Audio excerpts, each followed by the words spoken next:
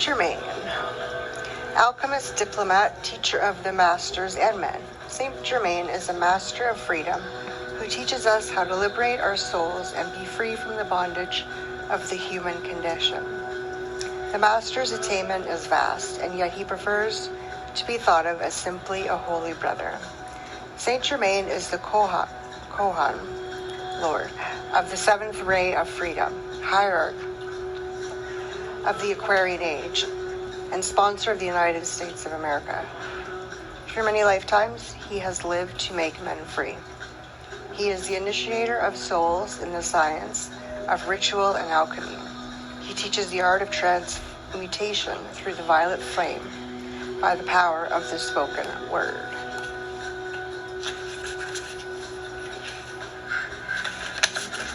Who are the Ascended Masters? The Ascended Masters are our elder brothers and sisters on the spiritual path. Having balanced their karma and fulfilled their unique mission, they have graduated from Earth's schoolroom and ascended back to God in the ritual known as the Ascension. These masters are a part of the vast brotherhood of spiritual beings and angelic hosts who work with mankind for the betterment of life on Earth. The Great White Brotherhood is spoken of in the chapter 7 of the Book of Revelation as great multitude of saints clothed with white robes who stand before the throne of God. White refers not to race, but to the white light that is seen in the aura of the saints. These enlightened teachers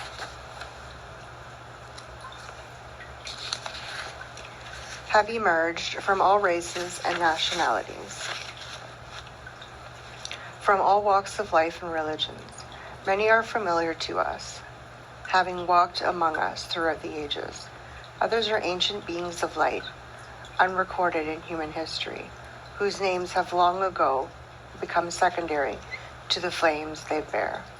Whatever their origin in the vastness of our Father's universe, they all share a common light, a light they deserve to share with mankind who are seeking the truth they bear. Among these masters are Gautama, Buddha, Maitreya, Jesus Christ, Zarathustra, Moses, Melchizedek, Mother Mary, Saint Francis, Kuan Yin, and unnumbered and unnamed loving hearts, servants of humanity who have returned to the heart of God.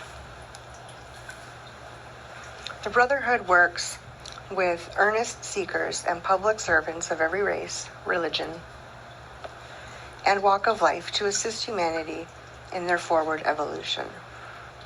Who is the Master Saint Germain? Saint Germain is a master alchemist and teacher of masters and men. He is also known in the heaven world as a diplomat, expressing the godly qualities of dignity, grace, gentility, poise, and true statesmanship. His name comes from the Latin Sanctus Germanus, meaning simply Holy Brother. Choices, past, present, future. Saint Germain says, I am an ascended being, but it has not ever been thus. Not once or twice, but for many incarnations, I walked the earth as you do now, confined to mortal frame and the limitations of dimensional existence. I was on Lemuria and I was on Atlantis. I have seen civilizations rise and fall. I have seen the undulations of consciousness as mankind have cycled from golden ages to primitive societies. I have seen the choices, and I have seen mankind by wrong choices squander the energies of 100,000 years of scientific advancement and even degrees of cosmic consciousness that transcend that which is attained by members of most advanced religions of the day.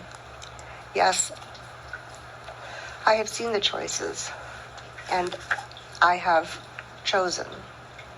By right choices, man and woman established their position in hierarchy. By choosing to be free in the magnificent will of God, I won my freedom from that mortal round of incarnations and justifications of an existence outside the One.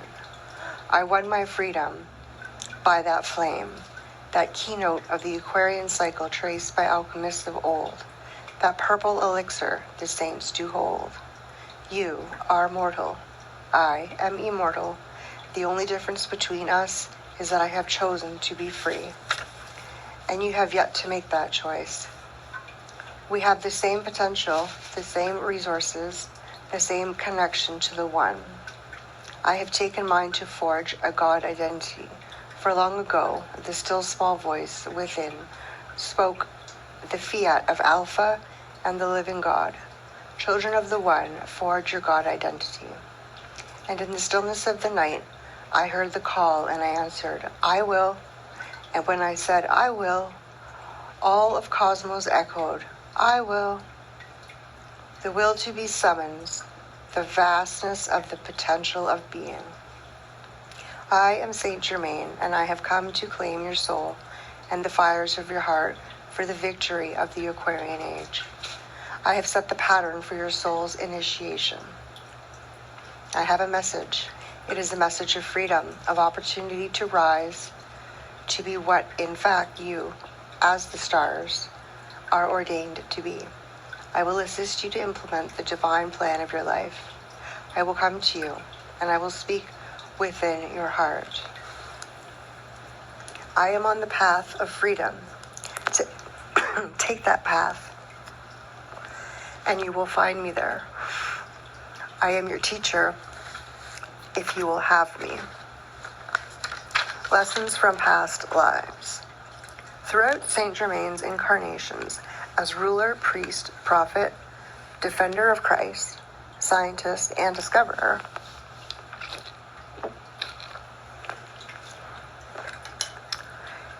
he was engaged in a relentless effort to return the souls of light who came to earth with the Ancient of Days to the worship of their great God source.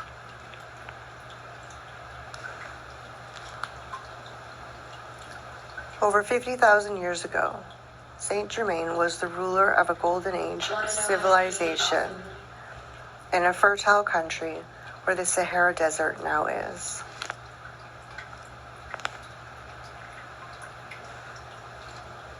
As King Emperor, he was a master of the ancient wisdom and knowledge of the matter of spheres. And the people looked to him as the standard for their own emerging godhood. His empire reached a height of beauty, symmetry, and perfection, unexceeded in the physical octave. However, as the people of his civilization became more interested in the pleasures of the senses than in the larger creative plan of the great God self, a cosmic council instructed the ruler to withdraw from his empire. Henceforth, their karma would be their guru. The king held a great banquet for his counselors and public servants.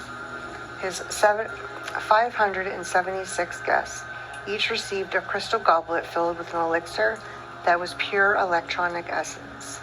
This elixir was Saint Germain's gift of soul protection to them, so that when their opportunity would come again in the age of Aquarius to bring back that Golden Age civilization, they would remember their God source, and they would become a sign to all people that God can and shall dwell with his people when they make their minds and hearts and souls a fitting habitation for his spirit. During the banquet, a cosmic master, identifying himself solely by the word victory upon his brow, addressed the assembly.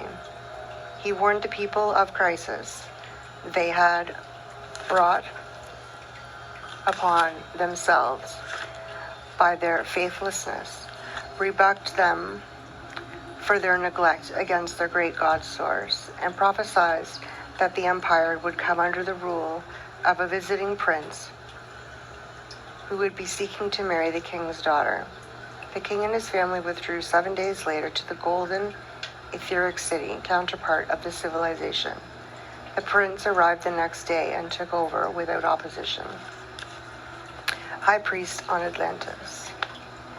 As high priest of the Violet Flame Temple on the mainland of Atlantis 13,000 years ago, Saint Germain sustained by his invocations and his causal body a pillar of fire, a veritable fountain of violet singing flame, which magnetized people from near and far, who came to be set free from every binding condition of body, mind, and soul. This they achieved by the self-effort through the offering of invocations and the practice of seventh-ray rituals to the sacred fire. Those who officiated at the altar of the violet flame were schooled in the universal priesthood of the Order of Melchizedek at the retreat of Archangel Zadkiel, the temple of purification, which stood where the island of Cuba now is. This priesthood combines the perfect religion and the perfect science.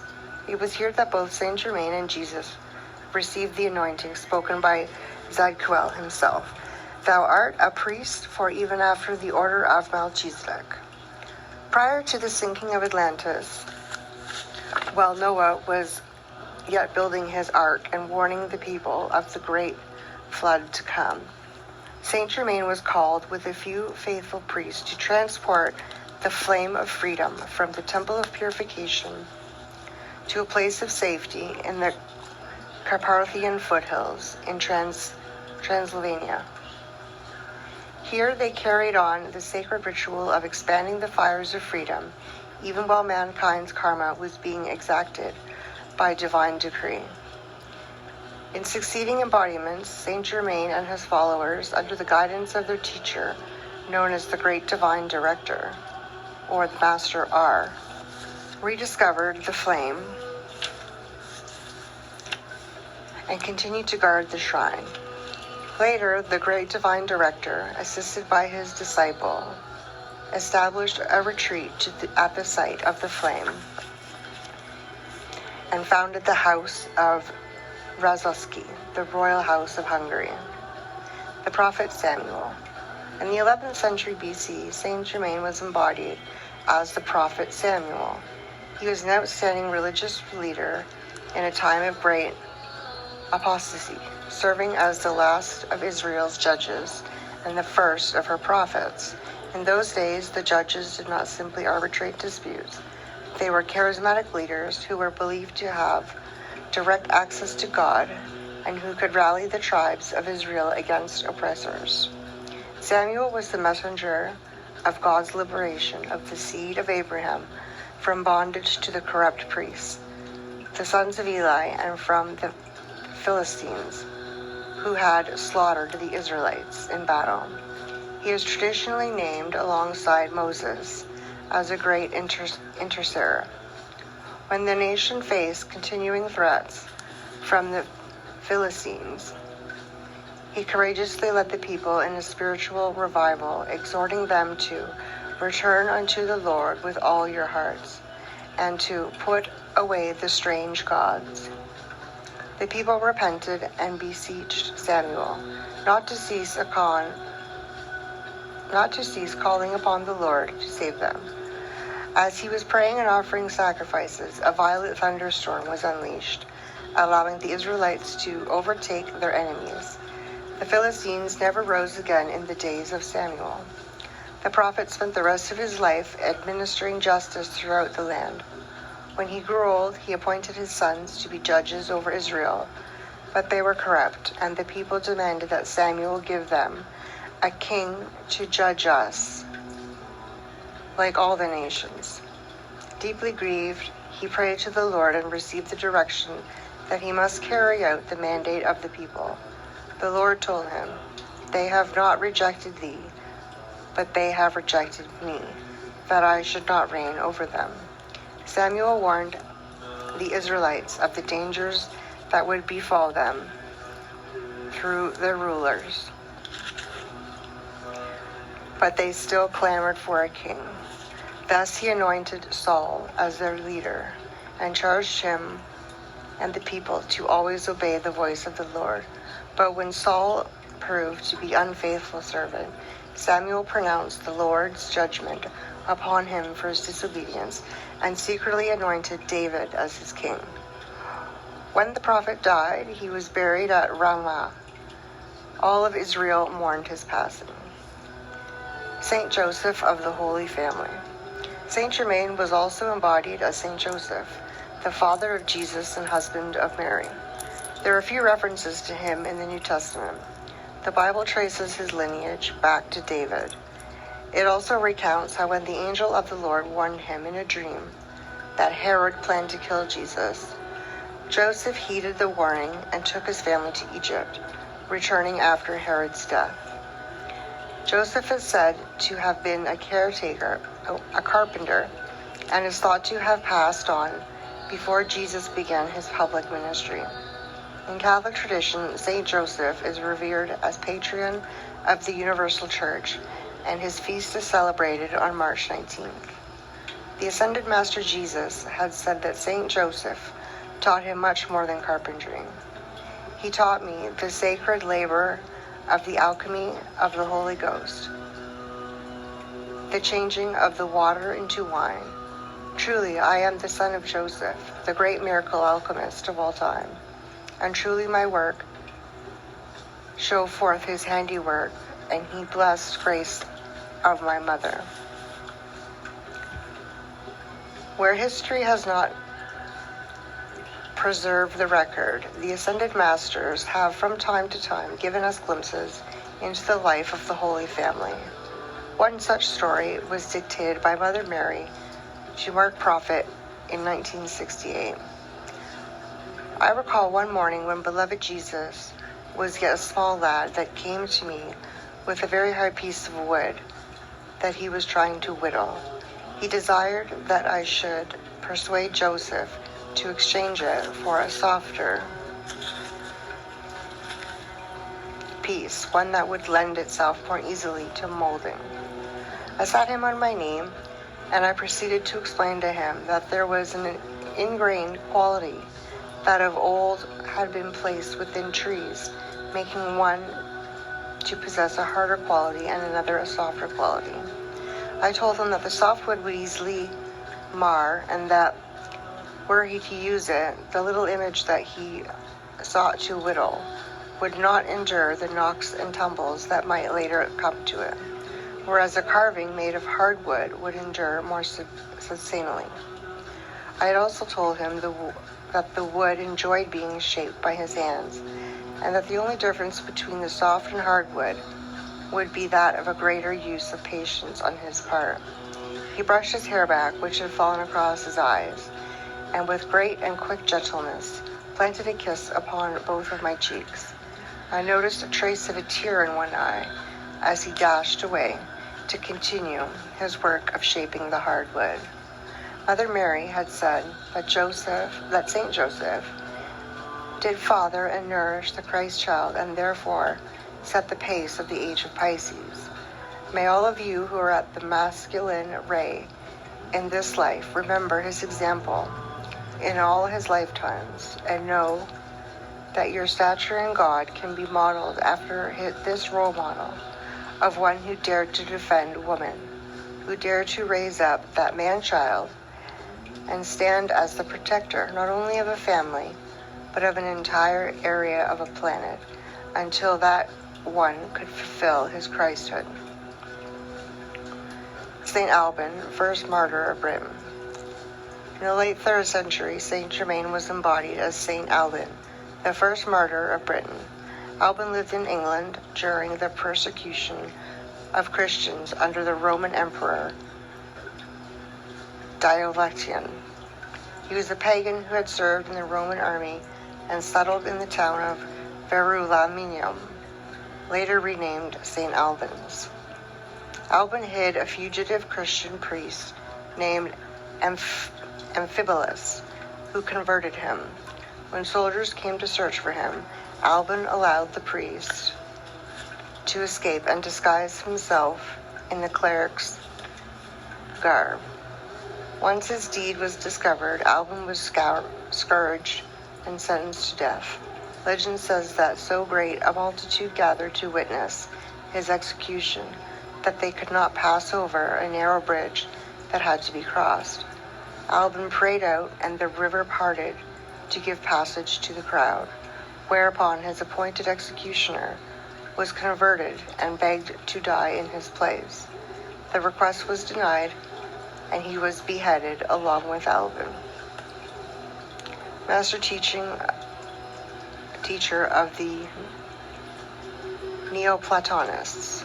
Saint Germain worked from inner planes as the master teacher behind the Neoplatonists. He inspired the Greek philosopher Proclus, c. AD 410 to 485, the highly honored head of Plato's Academy at Athens. Under the master's tutelage, Proclus based his philosophy upon the principle that there is only one true reality, the One, which is God or Godhead, the final goal of all life's efforts. Proclus's writings extended to almost every department of learning, from philosophy and astronomy to mathematics and grammar. He acknowledged that his enlightenment and philosophy came from above, and he believed himself to be one through whom divine revelation reached mankind. Merlin, the alchemist. In the 5th century, Saint Germain was embodied as Merlin, alchemist, prophet, and counselor at the court of King Arthur, in a land splintered by warring chieftains and riven by Saxon invaders. Merlin led Arthur through 12 battles, which were actually 12 initiations, to unite the kingdom of Britain. He worked side by side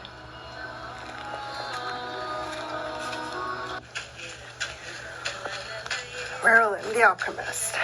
In the 5th century, Saint Germain was embodied as Merlin, alchemist, prophet, and counselor at the court of King Arthur, in a land splintered by warring chieftains and riven by Saxon invaders. Merlin led Arthur through 12 battles, which were actually 12 initiations, to unite the kingdom of Britain. He worked side by side with the king to establish the sacred fellowship of the Round Table. Under the guidance of Merlin and Arthur, Camelot was a mystery school where the knights and ladies pursued the inner unfoldment of the mysteries of the Holy Grail and a path of personal Christhood. In some traditions, Merlin is described as a godly sage who studied the stars and whose prophecies were recorded by 70 secretaries. The prophecies of Merlin, which deals with events extending from Arthur's time into the distant future, was popular in the Middle Ages. Roger Bacon, philosopher and scientist. Saint Germain was Roger Bacon, 1220 to 1292. Philosopher, Franciscan monk, educational reformer, and experimental scientist. In an era which neither theology or logic, or both, dictated the parameters of science, he promoted the experimental method, declared his belief that the world was round, and cascaded the scholars and scientists on his day for their narrow-mindedness. True knowledge stems not from the authority of others, nor from a blind allegiance to antiquated dogmas, he said. Bacon eventually left his position as a lecturer at the University of Paris and entered the Franciscan Order of Friars Minor. In his day, Bacon was renowned for his exhaustive investigations into alchemy, optics, mathematics, and languages. He is viewed as the forerunner of modern science. and a prophet of modern technology. He predicted the hot air balloon, a flying machine, spectacles, the telescope, the microscope, the elevator, and mechanically propelled ships and carriages, and wrote of them as if he had actually seen them. His scientific and philosophical worldview, his bold attacks on the theologians of his day, and his study of alchemy and astrology led to charges of heresies and novelties, for which he was imprisoned for 14 years by his fellow Franciscans. But to those who followed after him, Bacon was Dr.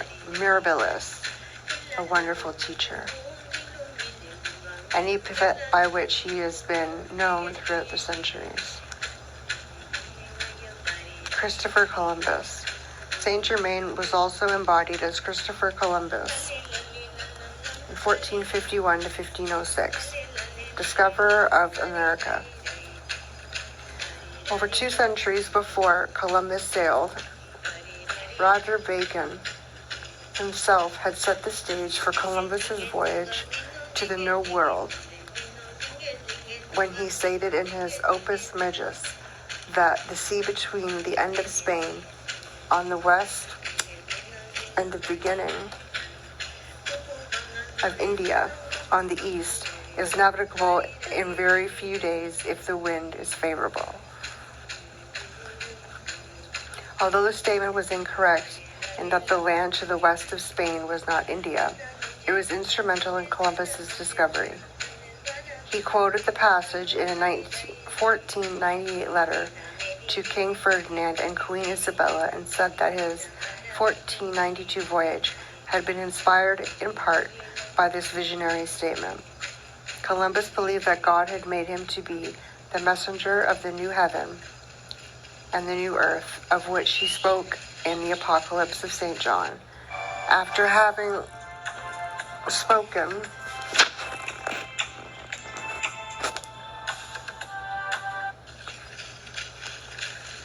of it by the mouth of Isaiah. In the carrying out of this enterprise of the Indies, he wrote to King Ferdinand and Queen Isabella in 1502, "Neither reason nor mathematics nor maps were any use to me. Fully accomplished were the words of Isaiah." He was referring to the prophecy recorded in Isaiah 11:10-12, that the Lord would recover the remnant of his people and shall assemble the outcasts of Israel and gather together the dispersed of Judah from the 4 corners of the earth. He was certain that he had been divinely selected for this mission. He studied the biblical prophets, writing passages relating to his mission in a book of his own making entitled Las Profecias, or The Prophecies, in its complete form, the Book of Prophecies concerning the discovery of the Indies and the recovery of Jerusalem. Although the point is seldom stressed, it is a fact so rooted in history that even Encyclopedia Britannica says unequivocally that Columbus discovered America by prophecy rather than by astronomy. Christopher Columbus set forth in his ships to discover a new world. He was magnetized to the locations by the flame of freedom in the etheric temple of purification over Cuba, and by the inner memory of serving in that temple on Atlantis. He studied here between embodiments and also during his embodiments while leaving his body in periods of sleep. The impetus for coming to those islands was the flame of freedom, helping him to chart a new course for a new land. Francis Bacon, brightest star of the English Renaissance. As Francis Bacon, 1561 to 1626, Saint Germain appeared as a philosopher, statesman, essayist, and literary master. Bacon, who had been called the greatest mind in the West ever produced, is known as the father of inductive reasoning and scientific method. which to a great degree are responsible for the age of technology in which we now live. He foreknew that only applied science could free the masses from human misery and the drudgery of sheer survival in order that they might seek a higher spirituality whence they knew. The great Instatorian, meaning the great restorer after decay, lapse, or dilapidation, was the formula to change the whole wide world. He first conceived the concept as a boy and then later crystallized it in 1607 in a book by the same name. It launched the English Renaissance. Over the years, Bacon gathered himself around a group of writers who were responsible for almost all the Elizabethan literature. Some of these were part of a great secret society he called the Knights of the Helmet, which had at its goal the advancement of learning by expanding the English language and creating new literature written not in Latin but in words that Englishmen could understand. Bacon also organized the translation of the King James Version of the Bible, determined that the common people should have the benefit of reading God's word for themselves. Ciphers discovered in the 1890s in the original printings of the Shakespearean plays and in the works of Bacon and other Elizabethan authors reveal that Bacon wrote Shakespeare's plays and that he was the son of Queen Elizabeth and Lord Leicester. His mother, however, fearful of an untimely loss of power, refused to acknowledge him as her heir. During his lifetime, Bacon was largely unrecognized for his manifold talents, and towards the end of his life, he was the subject of great persecution. He is said to have died in 1626, but some have claimed that he secretly lived in Europe for a time after that, triumphing over circumstances that would have destroyed lesser men. His soul entered the ritual of the Ascension from the Rakovski Mansion, retreat of the great divine director, on May 1st, 1684. Le Comte de Saint Germain, wonderment of Europe. Desiring above all else to liberate God's people, Saint Germain sought and was granted a dispensation to return to earth in a physical body, even after his ascension. He appeared as Le Comte de Saint Germain, a miraculous gentleman who dazzled the courts of 18th and 19th century Europe, where they called him the Wonderman. According to Prince Karl of Hesse, the Count revealed himself as the son of Prince Ferdinand Rakovski II of Transylvania, while others have speculated he was a Portuguese Jew or son of the King of Portugal. He was a scholar, linguist, poet, musician, artist, raconteur, and diplomat admired throughout the courts of Europe for his adeption. He spoke at least 12 languages so fluently that everywhere he went he was accepted as a native. He was ambidextrous and could not compose simultaneously a letter with one hand and poetry with the other. His skill as an alchemist was praised by Louis XI, who provided him a laboratory and residence at the royal castle of Chambord, and his alchemical demonstrations were nothing short of miraculous, according to his chroniclers. He was known for such feats as removing the flaws in diamonds and other precious stones. He formed secret societies, was a leading figure in the Rosicrucians, Freemasons, and Knights of the Templar period, and penned the occult classic, The Most Holy Trinosophia, using a mixture of modern languages and ancient hieroglyphs. Voltaire described him as the man who never dies and who knows everything. The Count is mentioned in the letters of Frederick and the Great, Voltaire, Horace Walpole, and Casanova, and in newspapers of the day. Working behind the scenes, Saint Germain attempted to effect a smooth transition from monarchy to representative government and to prevent the bloodshed of the French Revolution. He visited Marie Antoinette and her intimate friend Madame de Hadamar, who later wrote the story of his adeptship and his warning of the coming debacle and death of the king and queen. But his counsel was ignored. In a final attempt to unite Europe, he backed Napoleon, who misused the master's power to his own demise. Sponsor of America. But even prior to this, Saint Germain had returned his attention to the New World. He became the sponsoring master of the United States of America and of her first president, inspiring the Declaration of Independence and the Constitution. He also inspired many of the labor-saving devices of the 20th century to further his goal of liberating mankind from drudgery, that they might devote themselves to the pursuit of God realization. Kohan of the Seventh Ray. The latter part of the 18th century, Saint Germain received from the Lady Master Kuan Yin her office as Kohan of the Seventh Ray, the ray of mercy and forgiveness and of sacred ceremony. As Kohan or Lord of the Seventh Ray, the Violet Ray, Saint Germain initiates our souls in the science and ritual of transmutation through the violet flame.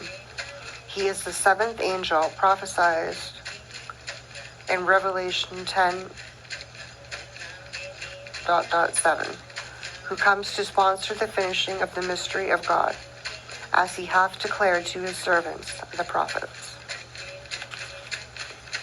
Sponsor of the messengers. In early 1930s, Saint Germain contacted his general in the field, the re-embodied George Washington, whom he trained as a messenger and who, under the pen name of Godfrey Ray King, released the foundation of Saint Germain's instructions for the New Age in the books Unveiled Mysteries, The Magic Presence, and the I Am Discourses. In the late 1930s, many cosmic beings came forth from the great silence to assist Saint Germain in his work of bringing back the teachings of the sacred fire to mankind and ushering in the Golden Age. Keepers of the Flame Fraternity. In 1961, Saint Germain contacted his embodied representative, the messenger Mark L. Prophet, and founded the Keepers of the Flame Fraternity in memory of the ancient days and his first people, Lord Gautama and the second, Lord Maitreya. Sanat Kunamara, spoken of by the prophet Daniel as the Ancient of Days, came to earth in her darkest hour, long ago when all light had gone out of her evolutions. He and the band of 144,000 souls of light who accompanied him on that mission volunteered to keep the flame of life on behalf of Earth's people. Saint Germain's purpose in establishing the fraternity was to quicken all who had originally come to Earth with Sanat Kumara, to restore the memory of their ancient vow and reason for being on Earth today, to serve as world teachers and ministering servants and their families, communities and nations at this critical hour of the turning of cycles. Thus, Saint Germain recalled the original Keepers of the Flame to hear again the voice of the ancient days and to answer the call to reconsecrate their lives to the rekindling of the flame of life and the sacred fires of freedom in the souls of God's people. Saint Germain is the Knight Commander of the Keepers of the Flame Fraternity. Ruler of the Aquarian Age. Saint Germain holds a very important position in hierarchy in this age.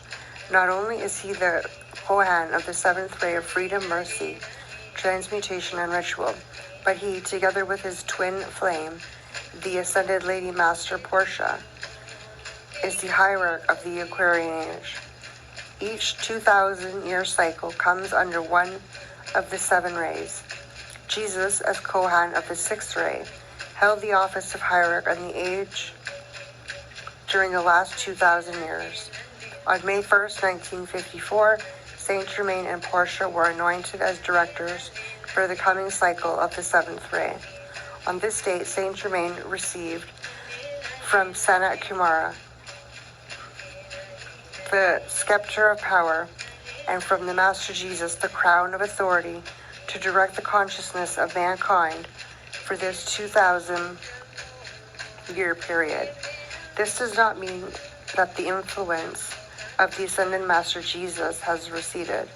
Rather, as world teacher from the ascended level, Jesus' instruction and his radiation of the Christ consciousness to all mankind will be ever more powerful and all-pervading than before, for it is the nature of the divine continually to transcend itself.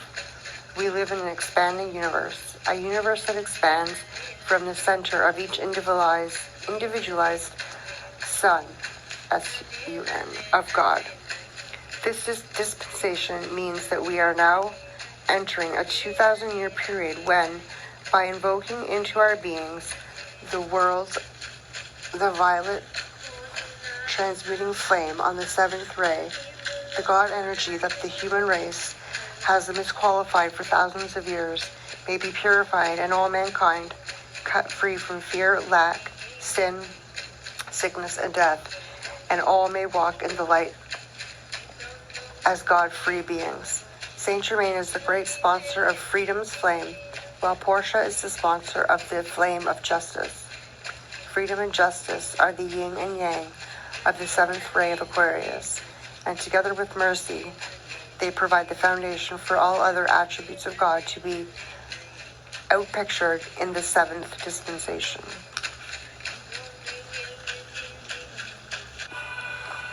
The gift of the violet flame. Karma is the great X factor in our spiritual progress. As our sponsor for the Aquarian Age, Saint Germain wants to help us solve our karmic dilemmas so we can realize our highest potential.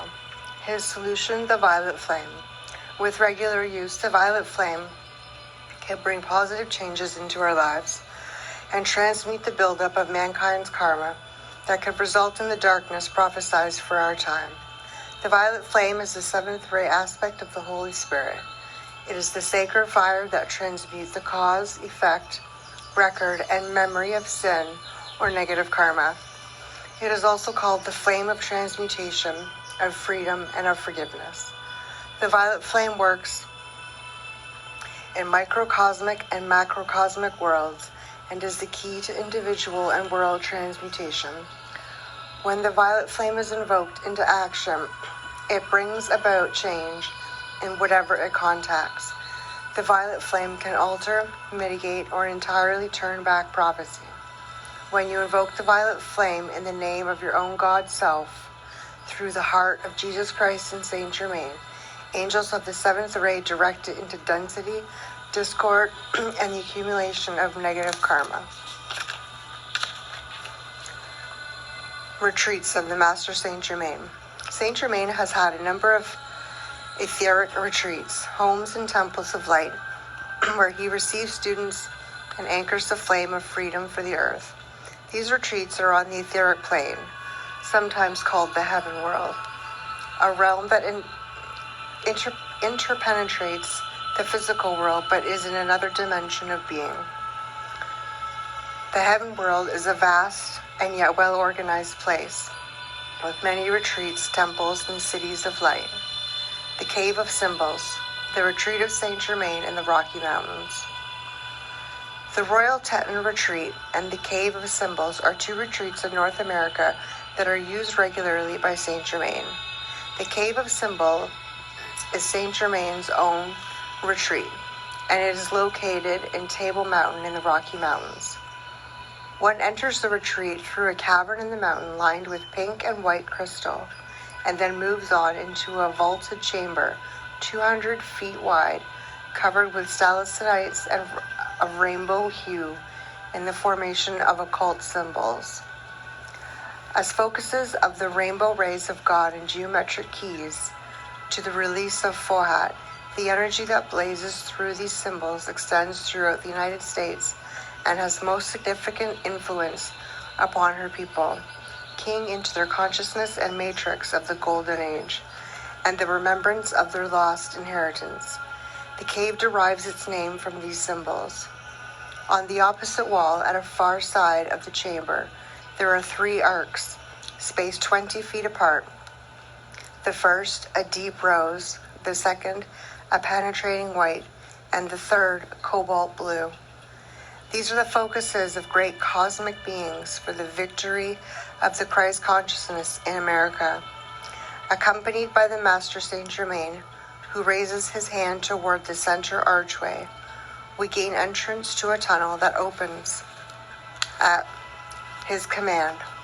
After several hundred feet, he shows us through a door on which there are more ancient symbols into a 12-sided domed room 60 feet in diameter. Immediately we notice that 4 of the 12 sides are a brilliant white, focusing the purity of the Christ consciousness in the 4 elements and the 4 lower bodies of the planet. The remainder are pastel hues of the rays. In this room we are shown the fantastic radio invented by the Ascended Lady Master, Leonora, by which one can communicate with other planets in this solar system, with the center of the Earth, or with any point on the surface of the Earth. There are chemical and electrical laboratories where scientists are perfectioning formulas and inventions they have been permitted to take from the hermetically sealed cities at the bottom of the Atlantic Ocean that have been protected since the sinking of Atlantis. These discoveries will be brought forth for mankind's use in the Golden Age, just as soon as man has learned to harness greed, selfishness, and the desire to control others through war and dishonest financial policies. When the sons of God are once again in control of the great nations of the world, the Ascended Masters will step forth with tremendous wealth of information that has been guarded in their retreats for ages. Unascended scientists come here for their finer bodies while asleep or between embodiments. Students of the light can also ask to be taken here. Saint Germain is training a large cadre of souls devoted to the Christ and to the science of the Christ, who at the proper time will have lowered into the outer consciousness all that they can have learned in this and other retreats of the Brotherhood. In one of the chambers of this retreat, there are what is called an atomic accelerator, a golden chair through which are passed electronic currents that quicken the vibratory pattern of the atoms and electrons within the 4 lower bodies, the physical, emotional, mental, and etheric sheaths of the soul. Initiates of the Brotherhood who have proven their merit by service and devotion to the light, and who have already balanced a considerable amount of their karma, are allowed to sit in this chair for a length of time prescribed by the Master Saint Germain and the Lords of Karma. By accelerating the light frequency in the 4 lower bodies, a portion of karma is balanced and a portion of one's misqualified substance is thrown off by the centrifugal action produced by the revolving electrons and transmuted by the sacred fire. Thus, the individual's 4 lower bodies can be accelerated in the ascension currents and the soul raised into the ascension. Under the sponsorship of Saint Germain, many life streams have ascended from this very room. Entering an elevator, we descend 100 feet into the heart of the mountain, emerging in a circular room having a diameter of 20 feet. We are led through a door into a huge hall equipped with furnaces and machines for the production of materials used in the experimental work carried on in the chemical and electrical laboratories in the upper levels of the retreat. Returning to the upper level, we are shown a reception hall with a domed ceiling, adjoining sleeping quarters, and an audience hall also along with a domed ceiling of sky blue with painted clouds, giving the impression of being in open air. There is a magnificent organ and piano that are used by the masters to focus the harmonizing currents of the music of the spheres on behalf of the freedom of sons and daughters of gods on earth. The cosmic mirror is on the east wall of the crystal chamber. When the disciple has reached a certain degree of attainment, he is taken by the master before the cosmic mirror, which keys into his etheric body and reflects his past lives, including the cause and effect upon his world of every thought, feeling, word, and deed he has ever manifested. The cosmic mirror also reflects the original blueprint of his divine plan that is placed upon the etheric body when the soul is born in the heart of God. In viewing his past lives, the disciple may then learn what portion of the divine plan he had outpictured. He may see what conditions in his world must be corrected and what good momentums he has developed that he can now use to overcome the difficulties of the past and the present, and thus fulfill his divine blueprint plan in the very near future. At the far end of the audience hall, through a concealed door, one enters the sphere of light, a spherical shaped room where the focus of the sacred fire is used to intensify the expansion of the light within those who are permitted to enter there. This focus serves to bring disciples of the masters closer to their ascension and to provide them with the assistance to accelerate the process that could not be achieved in the outer world.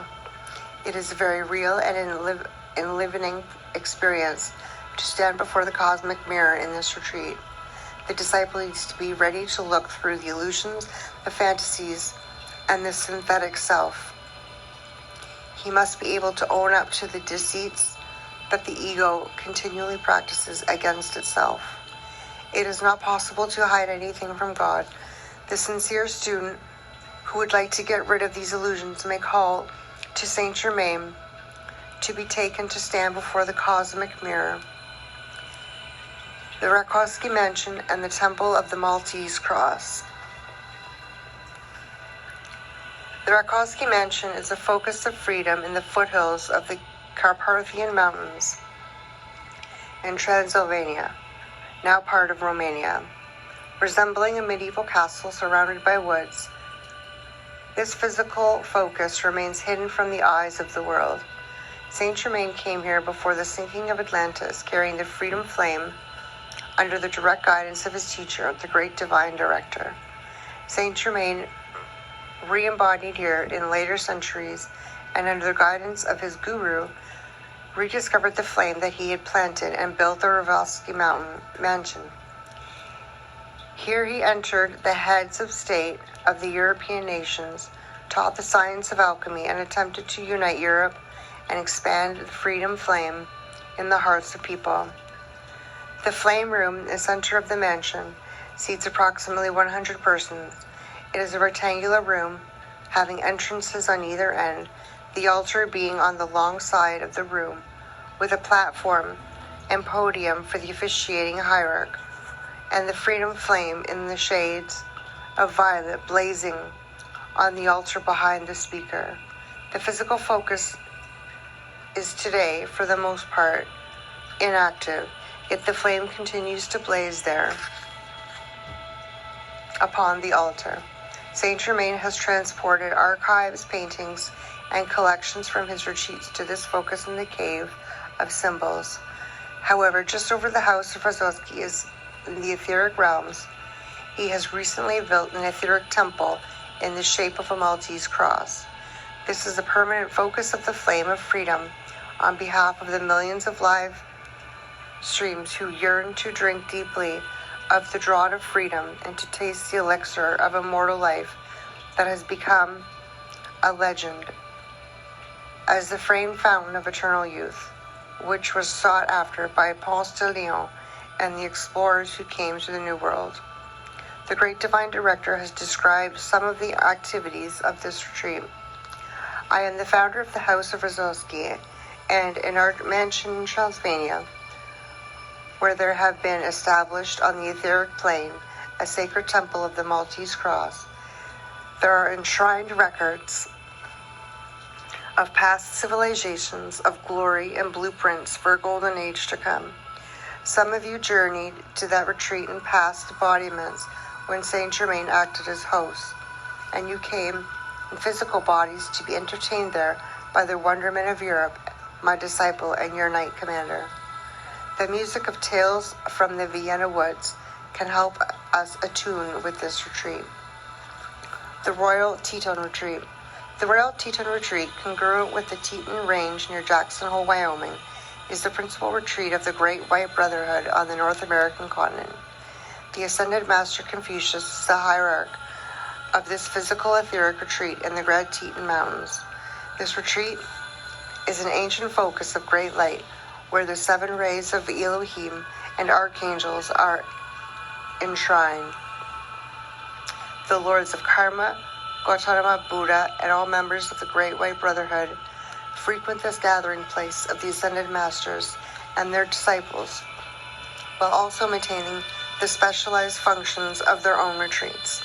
Twice a year, at winter and summer solstice, the Lords of Karma convene in the council chambers of this retreat to act upon the petitions of sons and daughters of God and to deliver the cosmic dispensations that come forth from the heart of Alpha and Omega in the great central sun, allotments of energy for the enlightenment and progress of humanity.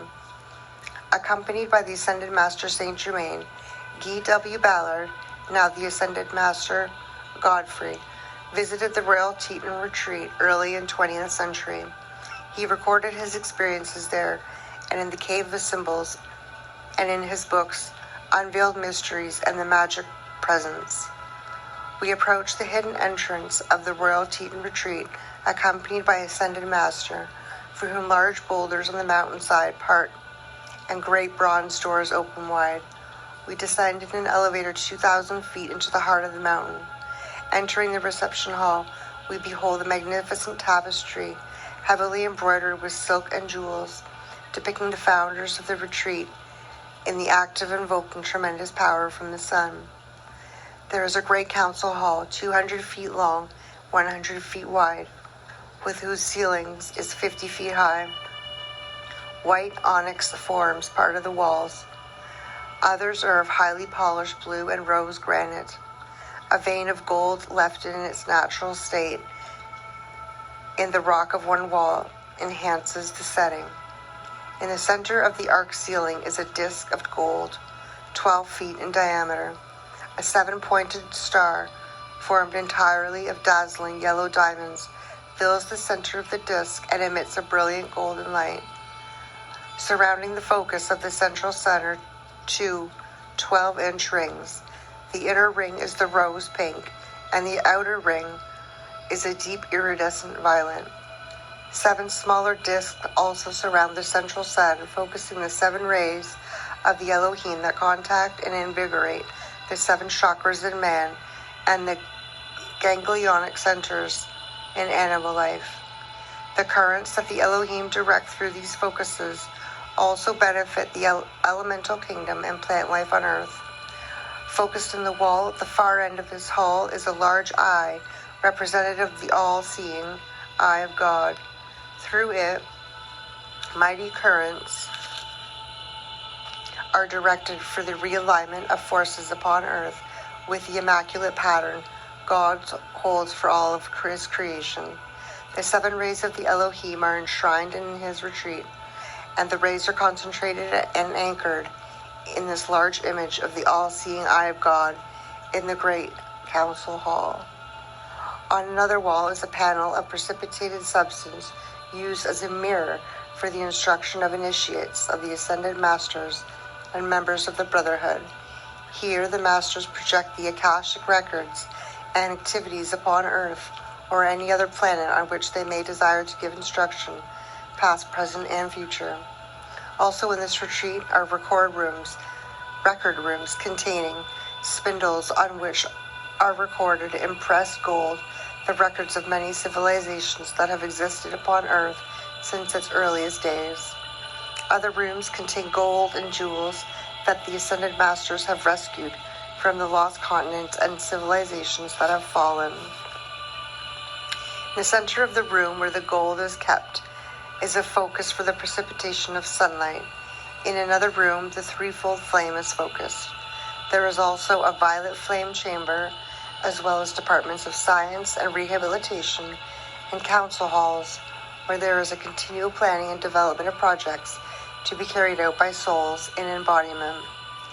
In many classrooms, those who had attended this retreat in their finest bodies during sleep are received. Other areas are provided for those who, after passing from physical embodiment, must remain in a state of sleep until it is time for them to be awakened to make preparation for their next embodiment. A music room with beautiful instruments that have been perfected by the Ascended Masters sends forth to the world the music of the spheres. The perfected patterns of some of these instruments have been released as ideas into the minds of some magicians in the world, and more will be released in the Golden Age. Many new inventions, scientific formulas, techniques, and art in every field of human endeavor already developed by the Ascended Masters will also be released from this retreat when mankind have demonstrated their predisposition to use them honorably and morally according to the Golden Rule. The Royal Teton Retreat is the focus for precipitation of the culture of the Divine Mother. Precipitation is necessary in order to have a Golden Age, and the flame of precipitation is anchored here, Chinese green tinged with gold and yellow. Conclaves are held at the Royal Teton Retreat, attended by thousands of life streams from every continent who journey here in their finer bodies through the soul travel while they sleep. There are also smaller classes and tutorials. Saint Germain and Lord Lantrot, with the Ascended Master Confucius, conduct their universities of the spirit here. Courses of instruction given by the Lords of the Seven Rays and the Mahakohan and the representative retreats for tens of thousands of students who are pursuing the path of self-mastery on the Seven Rays. In the etheric realm over this retreat, a large amphitheater has been built to accommodate those live streams who, by recent dispensation, have been permitted to come to the retreat in their finer bodies for instruction. Confucius has expanded on some of the purposes of attending the retreat. In coming to the Royal Teton Retreat, many purposes are served, notably that many of the evolutions of ancient China have re-embodied here in America. These ones are quite Buddhic souls, the diligent ones, the ones who have laid the foundation of the family in America and of the basic loyalty of the family, the code of ethics, the gentleness, the sweetness, and the desire for learning as the means to God awareness. Many of these have responded also to the teachings from Tibet and from Gautama and Maitreya. Out of the East they have come. They have come for embodiment that their wisdom might be fired with freedom, that they might assist America in the grand turn of the centuries whereby the mechanicization of false materialism might be turned about and there might manifest instead an etherealization, a spirituality, a conquering of self, a society of the energies of time and space. Lanto also invites us to attend the classes in his retreat. In the chambers of the Royal Teton, where the golden hue of victory saturates the atmosphere, hallowed by the victorious ones, I stand to lecture to those who keep the flame of the World Mother and to the remnant of her seed who have forsaken the ways of the world in preference for her mantle. I invite all who pursue wisdom through her veils and garb to be varied as she passes through all the levels of learning. All who seek her knowledge as that true knowledge that come forth from the fertile mind of the Creator. To you I say, come to the wisdom's font and make ready, while there is yet time for you to become all that wisdom has held in store for you throughout the ages. And with the holy oil of Deodar, the Mother shall anoint you to consecrate you for reunion in the flame. The music that attunes us with this retreat is Song to Evening Star from Tannhäuser. Saint Germain's role today.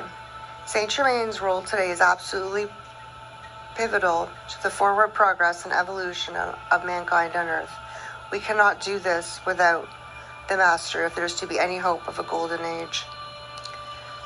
His sponsorship to the upliftment movement of the Summit Lighthouse and the Keepers of the Flame fraternity, his role as the Kohan of the Seventh Ray, and his direction as hierarch of the Aquarian Age are foundational to a golden age of freedom, peace, and enlightenment prophesied to occur on planet Earth in the new millennium.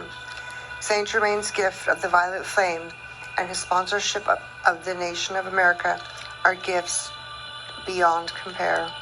If we take the tools that he has graciously shared with us and apply them in our lives, we can reap the rewards and benefits that will bring us closer to the path of soul liberation and our own reunion with the source of all life. Section 2. Spiritual Tools for Transformation. The Science of Alchemy. Saint Germain is known in heaven as the Master Alchemist. He teaches the science of alchemy in his book Saint Germain on Alchemy. He uses amethyst, the stone of the alchemist, the stone of the Aquarian Age, and of the violet flame. Alchemy is the all-chemistry of God, which shows how each facet of creation is brought into manifestation in the material world. It deals with consciously controlling transmutations in matter and energy so that man becomes a co-creator with God.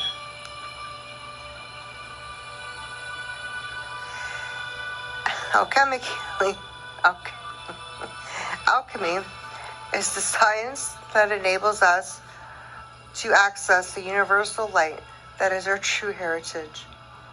We are intended to have the fullness of the abundant life that Jesus came to vouchsafe to us, to remind us of our ancient heritage in past golden ages. Jesus demonstrated this science with the miracle at the marriage of Cana when he changed the water into wine. Saint Germain similarly demonstrated his mastery of alchemy when, as Le Comte de Saint Germain in the courts of Europe, he removed the flaws from diamonds. The ancient alchemists sought the ability to change these base metals into gold, as well as universal cure for disease, the panacea, and a means to indefinitely prolong life, the elixir of life. Today, the law of transcendence and the spiritual silence of alchemy relate to the higher ability to change the base elements of human nature into gold of the Christ, the divine reality. For Saint Germain, the biggest alchemy is the science of self-transformation, which leads to the precipitation of the Christ consciousness. Saint Germain has given us the gift of the violet flame to assist us in our personal alchemy and for the transmutation of personal and planetary karma. 9 steps to precipitation. In his book, Saint Germain on Alchemy, the master gives an alchemical formula for the precipitation of a substance in this plane. This formula is outlined in 9 steps. 1. Light is the alchemical key. The words, "Let there be light," are the first fiat of creation and the first step in the proper precipitation.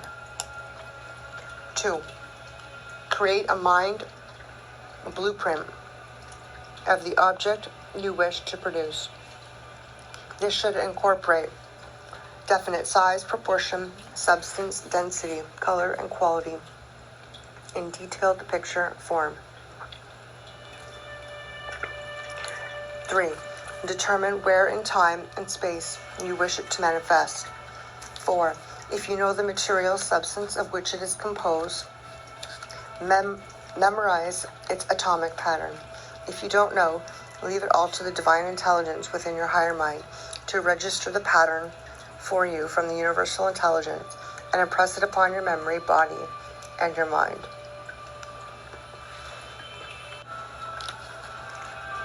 5. Call for light to take on the atomic pattern you are holding. 6.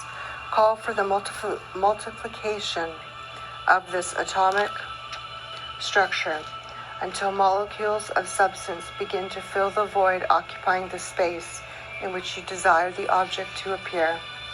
7. When the total outline is filled with the vibratory action of the fourth dimensional substance representing the desired manifestation, ask for the full lowering of the atomic density into three-dimensional form and substance within the pattern established by the matrix of your mind. 8.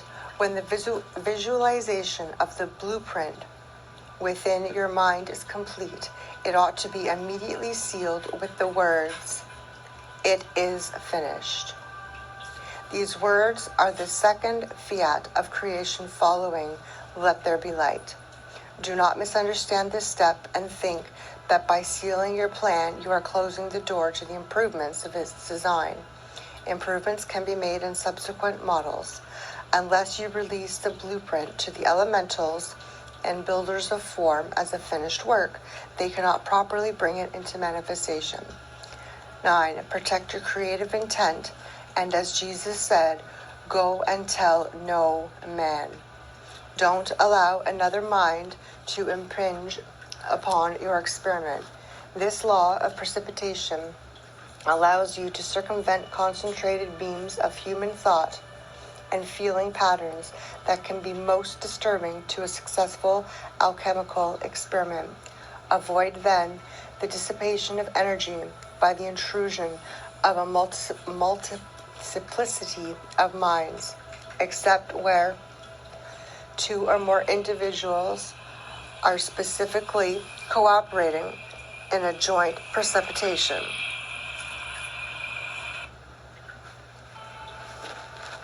Await results. Do not be tense if your manifestation is not immediate, or if after a reasonable length of time it appears that results are not forthcoming. Despair destroys the very faith upon which your experiment is built. If you have spent years in the grip of human emotions, these records must be consumed by alchemical fires to make way for these nobler ideas and forms that you imagine forth. To your new ideas, you must give your time and energy. You begin to weave a web by violet flame of fruition dedicated to spirituality, to the spiritualization of the material consciousness, and to the materialization of heavenly concepts right here on earth, where the kingdom of God must come into manifestation.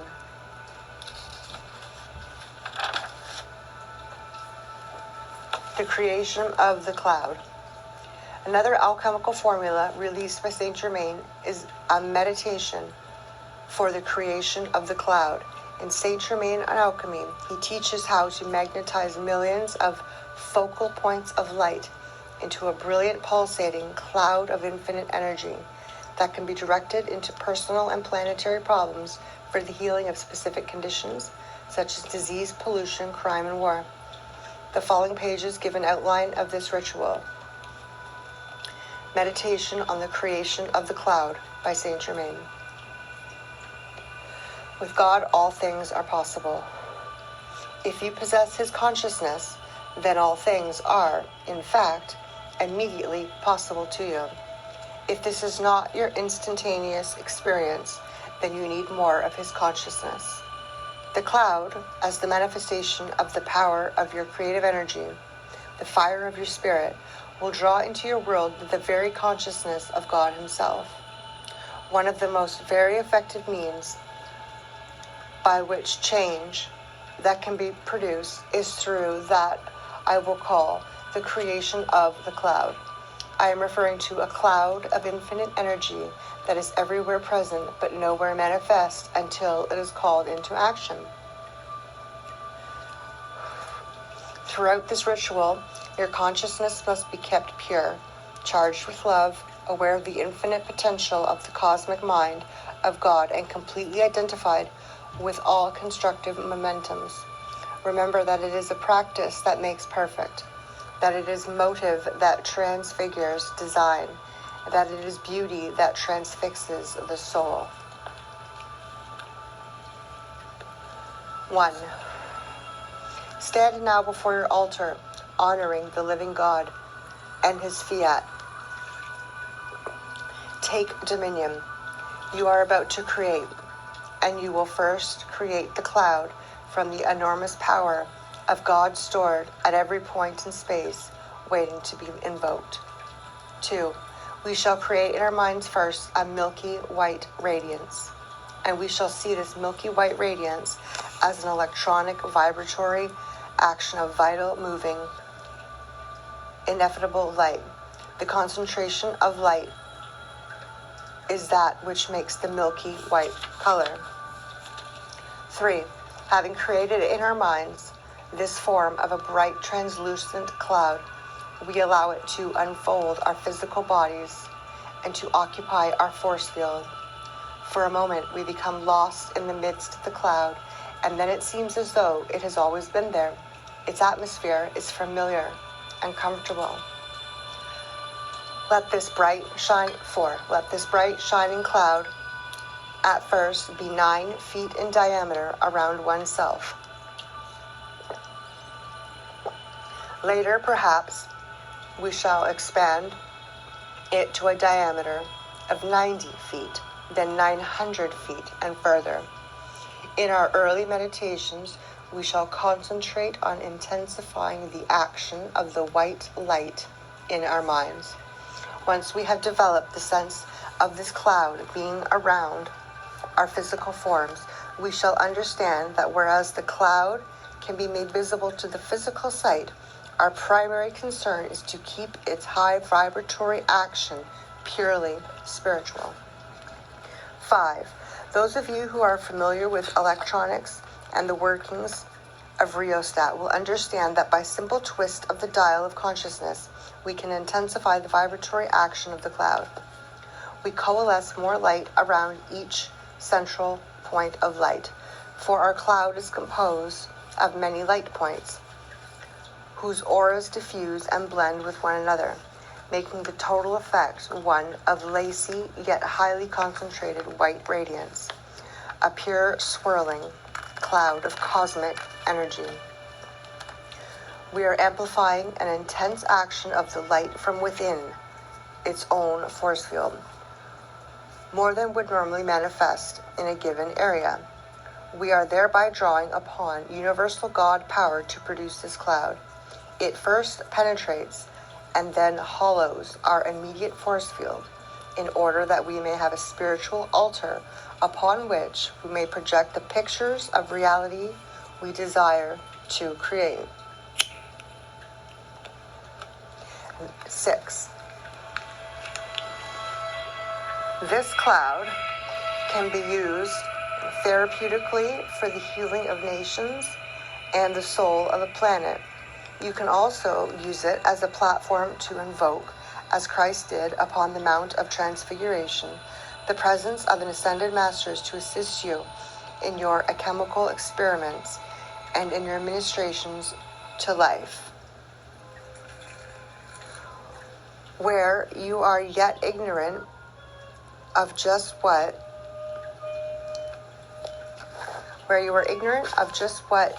you ought to produce for yourself and others, you can, in a gentle, childlike manner, ask God to produce out of the great pool of his light energy the miracle of his healing love, not only in your life and in the lives of your loved ones, but also in the lives of the multitudes in the world at large. You can ask the power of God and the kingdom of heaven to come into manifestation upon earth.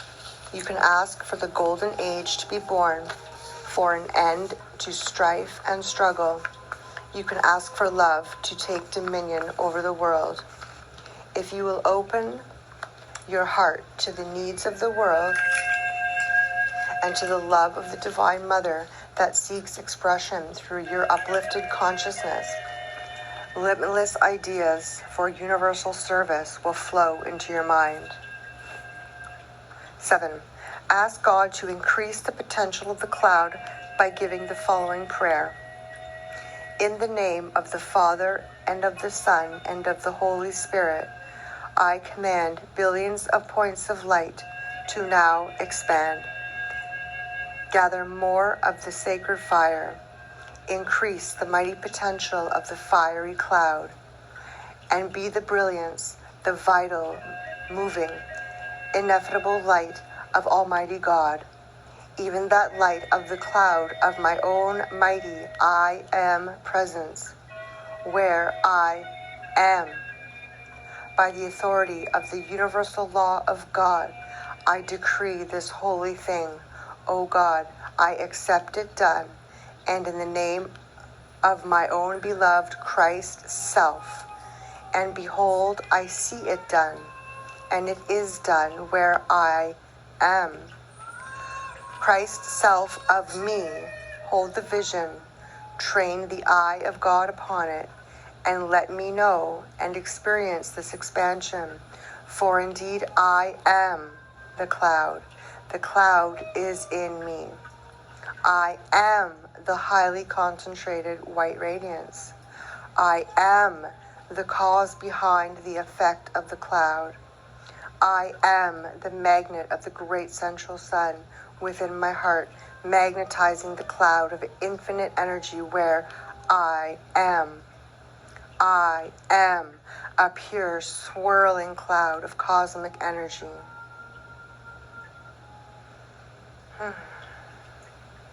8. Assign this radiant cloud of brilliant energy to a particular purpose with the following prayer. Lord God Almighty, O Brahman, O Word, I direct this cloud of infinite energy to now be attenuated in or over, and you insert the name or location or situation here, from the earth, from the sea, high into the upper atmosphere. I am now the authority of the white fire cloud and manifestation spiritually.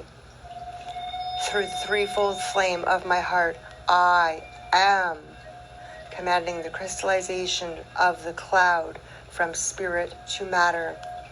Let this cloud of God consume me now. Name the person or word condition in need of healing or resolution. I demand and I am the release of the radiant cloud of energy. So it be. It is done. It is finished. It is sealed. The zeal of the Lord will perform it. Amen. 9. Once you have held the vision of the cloud and turned it over to your higher self to sustain, to the latent God faculties within you, your God presence will sustain it for the required period. In time, you will find that the glow of the cloud will softly suffuse itself through your physical body. As this takes place, there will become a sharpening of the mind and a new sense of awareness of all life everywhere. As you gain spiritual power through these periods of meditation upon the cloud, which at first should not exceed 15 minutes a day, understand that the creative cloud will continue to expand throughout the universe as a globe of translucent white fire, eddying and ever-winding spheres to contact all that is real and all that is really yours.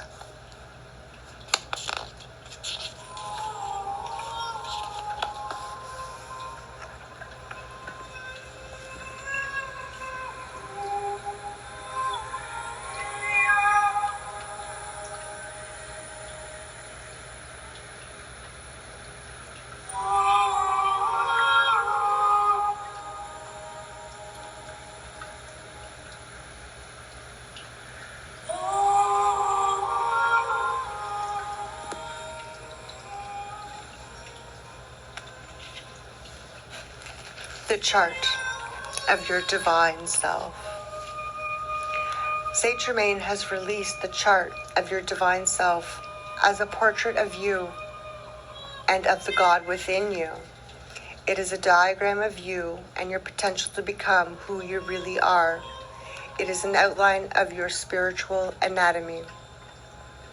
The upper figure is your I am presence, the presence of God that is individualized in each one of us.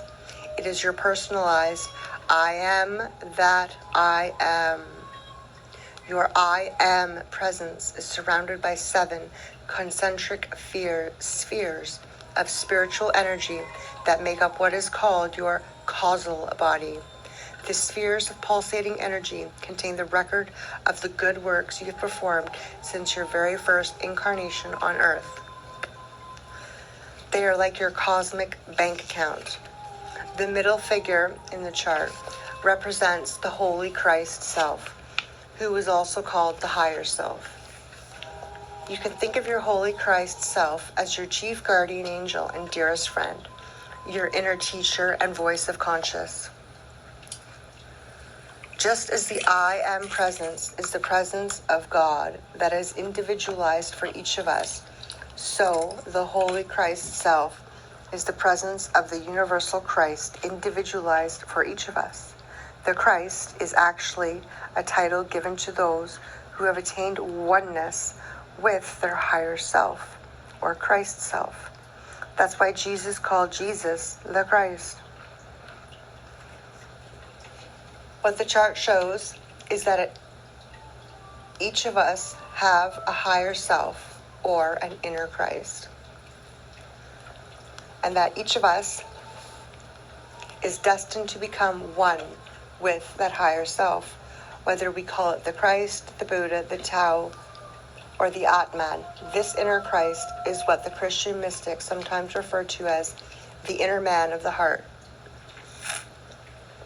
and what the Upanishads mysteriously describe as a being the size of a thumb who dwells deep within the heart. We all have moments when we feel that connection with our higher self, when we are creative, loving, joyful. But there are other moments when we feel out of sync with our higher self. Moments when we become angry, depressed, and lost. What the spiritual path is all about is learning to sustain the connection to the higher part of ourselves so that we can make our greatest contribution to humanity. The shaft of white light descending from the I am presence through the Holy Christ Self to the lower figure in the chart is the crystal cord, or sometimes called the silver cord. It is the umbilical cord, the lifeline that ties you to spirit. Your crystal cord also nourishes that special radiant flame of God that is ensconced in the secret chamber of your heart. It is called the threefold flame, or divine spark, because it is literally a spark of sacred fire that God has transmitted from his heart into yours. This flame is called threefold because it engenders the primary attributes of spirit, power, wisdom, and love. The mystics of the world's religions have contacted the divine spark, describing it as the seed of divinity within. Buddhists, for instance, speak of the germ of Buddhahood that exists in every living being. In the Hindu tradition, the Katha Upanishad speak of the light of the spirit that is concealed in the secret high place of the heart of all beings. Likewise, the 14th century Christian theologian and mystic Meister Eckhart teaches of the divine spark when he says, God's seed is within us. The lower figure in the chart of your divine self represents you, the soul on the spiritual path, surrounded by the violet flame and the protective white light of God. The soul is the living potential of God, the part of you that is mortal, but that can become immortal. The purpose of your soul's evolution on earth is to grow into self-mastery, balance your karma, and fulfill your mission on earth so that you can return to the spiritual dimensions that are your real home. When your soul at last takes flight and ascends back to God and the heavenly world, you will become an ascended master, free from the rounds of karma and rebirth. The use of the violet flame can help you reach that goal more quickly.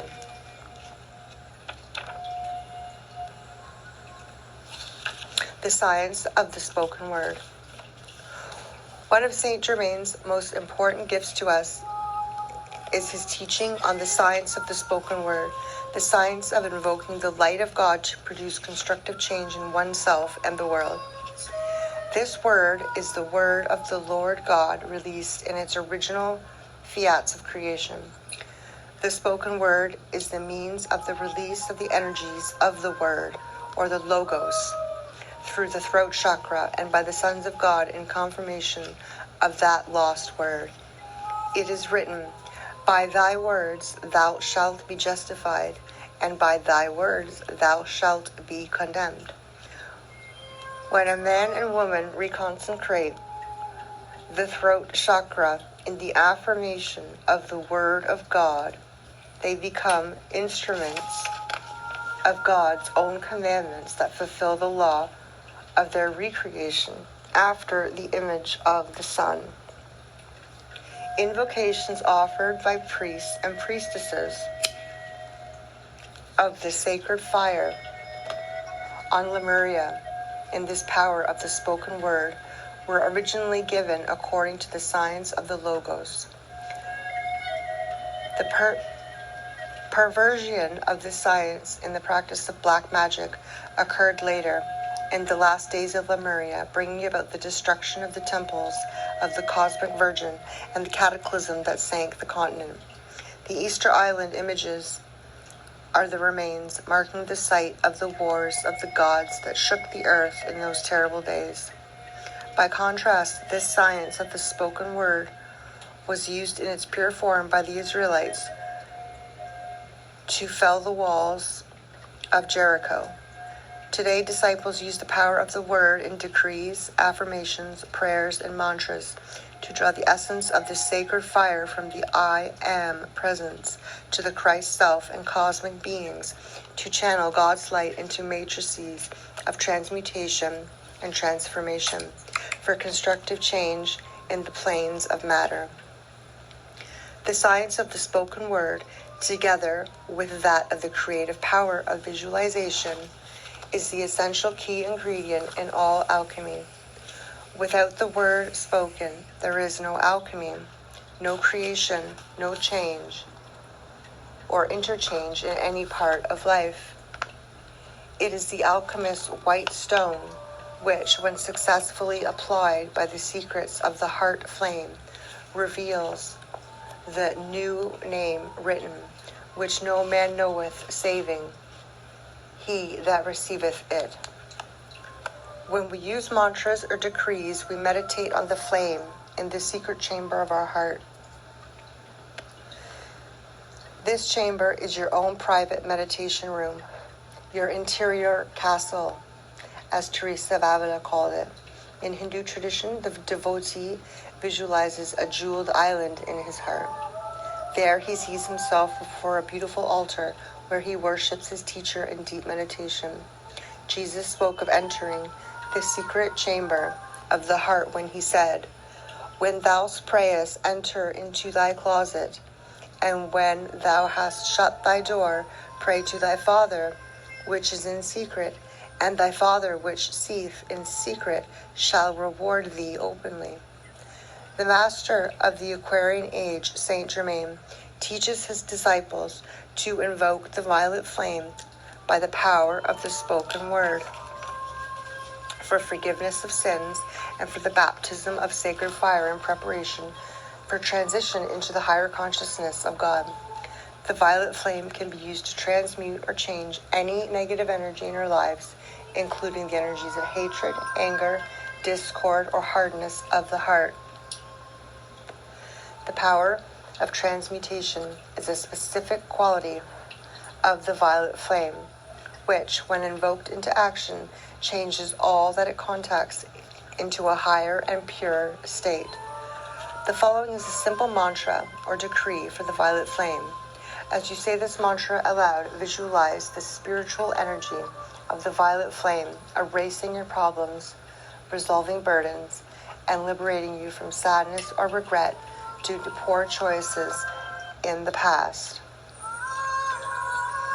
I am a being of violet fire. I am the purity God desires. When we use the words I am in this decree, it is not just a positive affirmation. In fact, I am is the name of God that he revealed to Moses when he spoke out of the burning bush. So when we affirm I am, we are really saying God is me, is, or God in me is the action of. Whatever follows, whether it be speech, prayer, mantra, or decree, it is self-realized because it is the power of God's name and in his beingness that works creative change in our lives. Here is another decree that uses the I am name to invoke the violet flame. I am the violet flame in action in me now. I am the violet flame. To light alone I bow. I am the violet flame. In mighty cosmic power, I am the light of God, shining every hour. I am the violet flame, blazing like a sun. I am God's sacred power, freeing everyone. The power of the violet flame. The Elohim on the seventh ray, Arcturus and Victoria, have spoken of the power of the violet flame to change the world. The problems of the world are bigger than both of us and all of us. They are not bigger than the Elohim of God, but they are bigger than us when we have no one to contact in the earth who will make the call to the violet flame whereby we can intercede. The violet flame, then, is the very solution of the hour to get things moving. In all of these places you see, as you sit before your TV sets and stare in wonder at the atrocities being committed. Yet, have you saturated the area with the violet flame? Whatever problems you see when you look at your home life, your family and your children, know that the violet flame can and will make a difference. Many of you have seen the film Aladdin, and you have said to yourselves, now that is just what I need. I need a genie. Well, Saint Germain is a genie also. So you have your genies. In fact, you have 10,000 times 10,000 genies. For look at all the ascended masters and hosts of the Lord who, when they hear just one command from you, when that command is qualified by the will of God, will answer your call and perform for you so long as what you are asking for is the will of God and is in keeping with the cosmic timetable for that event. Arcturus and Victoria hurl us this challenge. So you will decide whether the violet flame shall be for you at the point of the springboard of your victory. So you will decide what the violet flame will be as the X factor in the turning around of your life, your economy, and your outlook. Everything that happens to you in this world can be altered by the violet flame. But only you can decide. Somehow this human mind that carries the cast of the dweller on the threshold and the not self does not quite believe, even in the minds and hearts of the Sheilas, that the violet flame can do everything that you need to have done. Yes, beloved hearts, seeing is going to be believing. Seeing is going to be believing. And when we are going to see it, that at some level of your being, both conscious and unconscious, you shall acknowledge the miracles of the very violet flame that you invoke.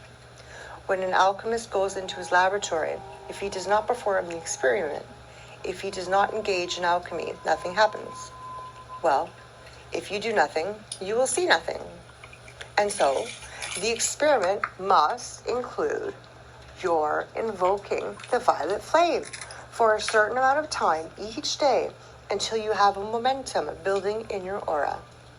The violet flame is the wonder drug of the century.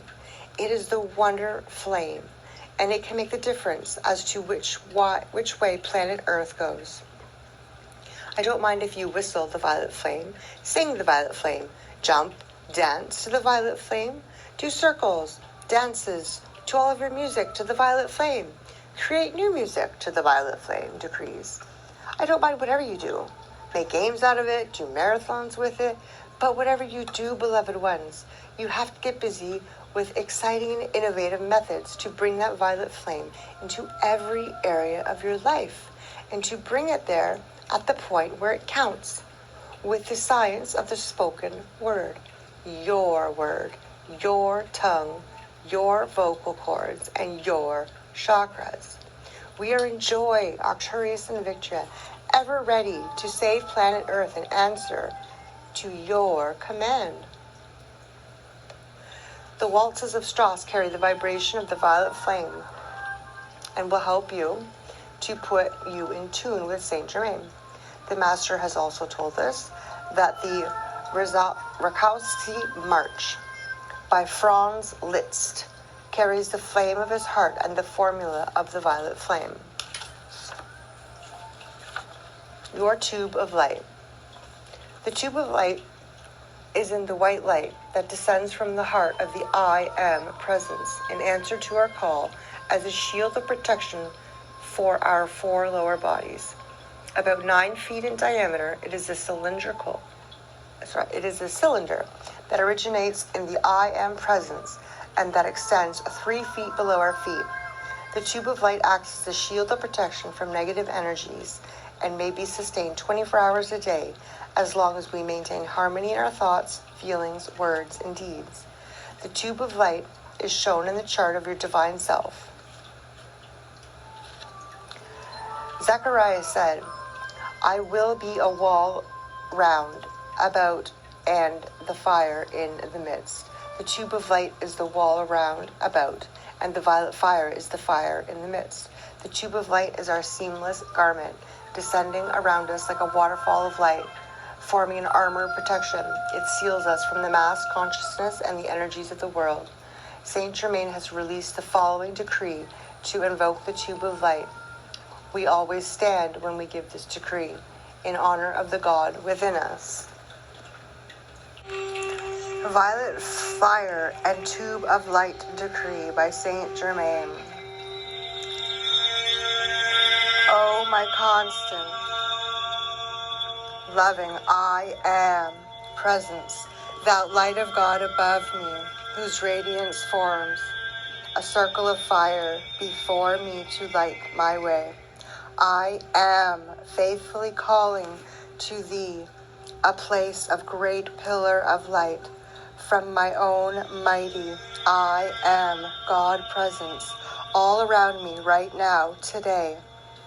Keep it intact through every passing moment, manifesting as a shimmering shower of God's beautiful light through which nothing human can ever pass. Into this beautiful electric circle of divinely charged energy, direct a swift upsurge of the violet fire of freedom's forgiving, transmuting flame. Cause the ever-expanding energy of this flame projected downward into the force field of my human energies to completely change every negative condition into the positive polarity of my own great God self. Let the magic of its mercy so purify my world with light that all whom I shall contact shall always be blessed with the fragrance of violets from God's own heart in memory of the blessed dawning day when all discord, cause, effect, record, and memory is forever changed into the victory of light and the peace of the ascended Jesus Christ. I am now constantly accepting the full power and manifestation of this fiat of light and calling it into instantaneous action by my own God-given free will, and with the power to accelerate without limit this sacred release of assistance from God's own heart until all men are ascended and God free in the light that never, never, never fails. The Ascended Master, Al Moria, has given a short decree that can also be given to invoke the tube of light and the violet flame. Tube of light. Beloved, I am presence bright. Round me seal your tube of light. From Ascended Master Flame, call forth now in God's own name. Let it keep my temple free from all discord sent to me. I am calling forth violet fire to blaze and transmute all desire, keeping on in freedom's name till I am one with the violet flame. Mastery of the seat of the soul chakra. Within each of our bodies, are 7 primary energy centers known as chakras. These energy centers operate at subtle levels, invisible to the physical eye, yet they affect every aspect of our life, including our vitality, our creativity, and our well-being. Saint Germain especially teaches us the mastery of the seat of the soul chakra. In simple terms, we can think of the energy centers as receiving and sending stations for the energy that flows to us, through us, and out from us, moment by moment. Each center is like a step-down transformer that translates this powerful energy from spirit to a different level of our being, nourishing body, mind, and soul. Each chakra has a unique part to play in the process of daily and spiritual growth.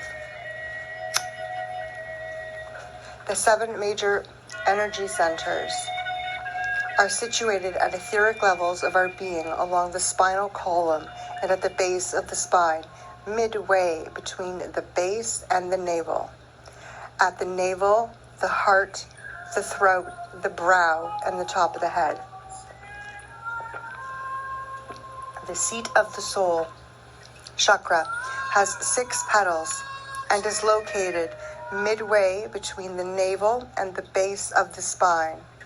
It is associated with the 7th ray and the expression of freedom, mercy, forgiveness, justice, transcendence, alchemy, transmutation, diplomacy, intuition, prophecy, and revelation. The ancients saw the seat of the soul as a real power point.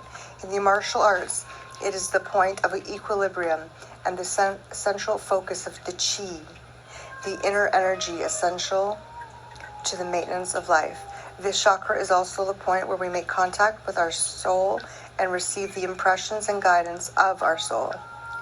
When we have a gut feeling about someone, we are receiving an instantaneous soul impression. Sometimes our soul will give us a warning. It's not safe to go here, or don't do this right now. Our soul sensitivity is a part of our internal guidance system.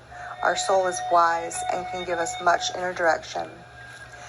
Saint Germain's meditation on the heart. The Master Saint Germain teaches us to place our attention upon the heart chakra as a means to strengthen our contact with the divine. Your heart is indeed one of the choicest gifts of God. Within it there is a central chamber surrounded by such light and protection as that which we call a cosmic interval. It is a chamber separated from matter, and no probing could ever discover it. It occupies simultaneously not only the 3rd and 4th dimensions, but also other dimensions unknown to man. It is thus the connecting point of the mighty silver cord of light that descends from your divine God presence to sustain the beating of your physical heart, giving you life, purpose, and cosmic integration. I urge all men to treasure this point of contact that they have with life by paying conscious recognition to it. You do not need to understand the sophisticated language or scientific postulation of the how and the why and wherefore of this activity. Be content to know that God is there, and that there is within you a point of contact with the divine, a spark of fire from the Creator's own heart, which is called the threefold flame of life. There it burns as a triune essence of love, wisdom, and power. Each acknowledgement paid daily to the flame within your heart will amplify the power and illumination of love within your being. Each such attention will produce a new sense of dimension for you. If not outwardly apparent, then subconsciously manifest within the folds of your inner thoughts. Neglect not then your heart as the altar of God. Neglect it not as the sun of your manifest being. Draw from God the power of love and amplify it within your heart. Then send it out to the world at large, as the bulwark of which shall overcome the darkness of the plain by saying, I am the light of the heart, shining in darkness of being, and changing all into golden treasury of the mind of Christ. I am projecting my love out into the world to erase all errors and to break down all barriers. I am the power of infinite love, amplifying itself until it is victorious, world without end. With this gift of infinite freedom from God's own heart, I close this epistle with a never-ending promise to assist you to find your immortal freedom as you determine never to give up and never to turn back. Remember that as long as you face the light, the shadows are always behind. The purple fiery heart of Saint Germain. The heart of every ascended master is a sacred heart, for God dwells there. The secret chamber of the heart is a sacred space within the heart where the flame of life burns as sacred fire. The unfed flame, the flame that burns but is not consumed. The heart of beloved Saint Germain is a purple, fiery heart. Saint Germain is a devotee of the Sacred Heart of Jesus, whose heart I have made my own, imploring that Christ, and therefore intensifying the purple fiery heart in his honor. The Master has promised intercession through his purple fiery heart, saying, I will stand, and I will stand for eternity to champion your soul's path of victory and the ascension. Many of you who find yourselves in a precarious situation through your dalliance with the carnal mind, may this day shed it in this heart and in my heart, for my heart is great enough as the heart of God to consume it all. My heart this day is a cosmic incinerator, if you will, and it can consume if you let go. But remember, it is not a one-time event. You may decide to stop smoking now and put it into my heart, and the record will be consumed. 24 hours from now, you will meet the world momentum for which you have had a weakness, and you shall have to say, no, thus far and no further. I shove you back, you nicotine entity. Be bound by the power of my heart. That is the one heart with the Saint Germain. You cannot touch me, for I am the Infinite One. I live in the heart of God. There is no time and space here, and you may not dwell in infinity. And since I do not dwell where you are, I will not smoke today, or tomorrow, or forever, for I am in my house of light. And the only smoke that is in here is the sweet incense of Almiora with me. In that heart, there is no desire for harshness. There is no desire for heroin. But if you stray from the heart and you have had a long habit, you may identify once again with the outer man or woman and the desiring, and find yourself in the turbulent waters, sinking beneath the waves, crying out for the hand of Christ, who will always extend to you the hand until you are safe and sound again in the heart of infinity. You see, beloved ones, all desires of the human that you may have in this world can be surrendered. And when they are surrendered, the divine desiring of God comes into your life. For every human desire, there is a divine desire that is legitimate, that is fulfilling, that will give to you whatever you thought you might get through human desiring, but truly could never have or keep, and much, much more. but it takes courage. One student witnessed firsthand the miraculous intersection of Saint Germain in his life when he summoned the courage to ask the master for help to overcome an addiction to smoking. I had been a smoker for about 14 years, since about 14 years old. I tried to quit unsuccessfully several times. On occasion, I was able to go a few days without smoking. However, I would usually light up again, using some sort of invalid justification for continuing to smoke. It became increasingly more difficult for me to go without a cigarette, and I realized that I needed help to break free. During my studies, I learned that the astral forces work against those who smoke, and unless you do spiritual work, it can be increasingly difficult to quit. Each excuse I manufactured only added to the growing pile of invalid justifications.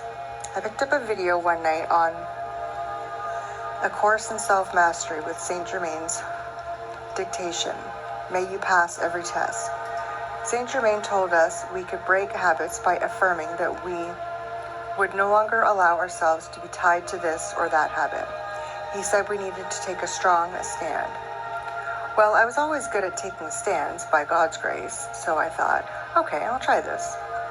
So I rewound the tape, listened to the dictation again, and when I felt that I was mentally ready to give it all I could, I walked outside into the night air. I took a deep breath, summoned the full fire of my being, concentrated as hard as I could, and said with a loud voice, "I won't take you this anymore. Get out of me. Do you hear? Now!" Since I was straining, I had my eyes closed, and then the most incredible thing happened. I saw very clearly Saint Germain from the waist up in profile. He was drawing off me into his heart chakra, a thick black cloud that had been around me. I was so surprised to see this that I watched in total amazement as he took on that burden and instantaneously transmuted it with his heart flame. The scene disappeared, and I stood alone in the night again. Needless to say, I was stunned. That was the most incredible thing I'd ever seen. The next day, I had one slight urge to smoke. When I picked up a cigarette, I couldn't even tolerate holding it. From that day on, I have not smoked, and all residual desire diminished very quickly. I truly believe in the power of God to break any and all addictions. This experience taught me many things about my own determination and our alignment to God's will, whereby all things not of His world can be transmuted by our own application of His will to end that. I had quit drinking alcohol and coffee and finally refrained from any indulgences and drugs, but for me, smoking proved to be a tough one. I know I received divine intercession from Saint Germain because I had put forth the prior effort and truly committed myself to cleaning up my act. I owe Saint Germain my life and eternal thanks, truly, and all things are possible with God.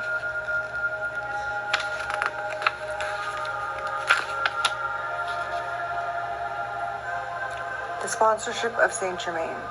The preceding story illustrates how an ascended master such as Saint Germain can help us meet the challenges of life, but we have to make the call and invite the master to enter.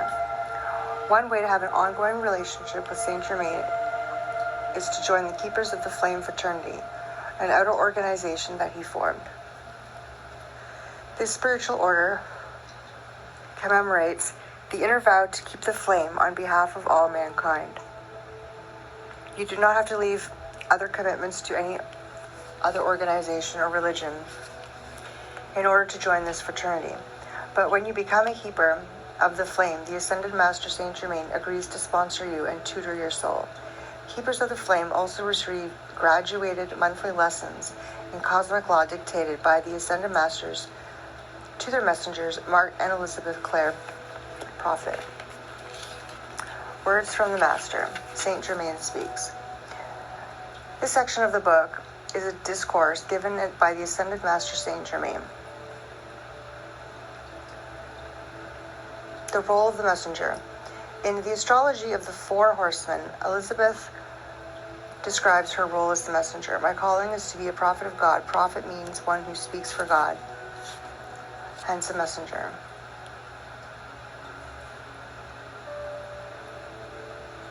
In 1964, I received the mantle of messenger, including gifts from the Holy Spirit. Throughout my ministry, by God's grace, I have built upon the foundation of prophetic teachings already laid by my husband.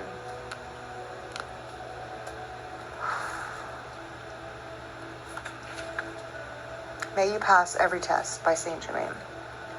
Devotees of the flame of my heart, I hear you. And I am here, not there, but here. Here at the nexus of that cross of white fire. Here, where time and space meet and cancel each other out. Here I am, in the heart of infinity. And where the divine spark is, there is infinity. Therefore, I greet you as the infinite one and as infinite ones. One times one, ever the infinite one. Therefore, let the great circle of our oneness and our love cancel out all division, all misunderstandings, all ignorance, and every false testimony, as in the case of the blind man and the elephant, all giving varied reports of the same spectacle, but never arriving at the point of reality, that is the heart perspective. I call you to that point, for centered in your heart, which is becoming my heart day by day, you can see all things as they are, for the true perspective and wisdom, anointed with love, inspired with the will to be all that God is, and blessed with the purity of the mother. What else can there be out of this other than the crystal prism? I see your perspective of freedom, and I come to give you another. Behold, I make all things new by the flame of the heart, by the vision of the heart, by the wisdom of the heart, that is the endless stream of the endless source. O my beloved, I am come, and I am joyous to be here, joyous to bask in the light of Helios and your own heart's dear love. I see your perspective of freedom, and I come therefore to give you another. May you pass every test. Beloved hearts, in my retreat, this is the salutation upon meeting and parting, not God bless you, but may you pass every test. Is this not commendable and noteworthy of the devotees of my heart who are determined to follow my footsteps, not to make a rut in the road of life, but rather to secure what the Master has gained, a worthy cause indeed. Beloved ones, I come to you to present to you then a crash course in passing every test. Thank you, beloved ones. Let us begin. For I am determined that this trek upward shall have been worth every inconvenience and every penny. You remember the joke that is told by Moria and Kuthumi making their treks to the home of light, to the feet of the masters. Moria being so intense about getting there, and Kuthumi a bit more peaceful. And when they had arrived, and when they had returned, for all their perspiration and energy expended by Moria, it was Kuthumi who retained the message of the master. Thus, in all of your experiencing of the path, and all of that energy expanded in getting here, I desire that the stillness of the moment shall provide you with a heart's cup worth of flame and light, and truly a blessing untold. It is my determination, because you love and love again, and because you are determined, that you shall not return to your homes the same as when you arrived, but you shall truly find yourself in a new creature after the violet flame. The reward for love is great. Beloved ones, the reward for love is great, but those who deserve it often do not receive it, because they are the ones who are the busy ones, or the fighters, driving, working, serving. And therefore, let us pause together. Let us be still then, in these lower vehicles, and let us feel the chakras shining, as in the seven Elohim, shining as the sun and as the stars. Let us expand consciousness now. Let us increase the circle of aura. Let us realize that we are not these lower bodies, but we are God-free beings, using these vehicles to accomplish an end. The means is not the goal, but the end is the star itself appearing. And therefore, let us not allow our ways and means to compromise the goal, or to get us to tarry or to lose sight of the goal. The goal is the star appearing, the star of Aquarius that has appeared over the sun of my birth.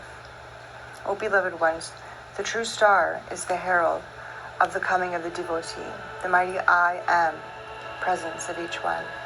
Remember your star, And remember, the star appeared in the hour of your physical birth.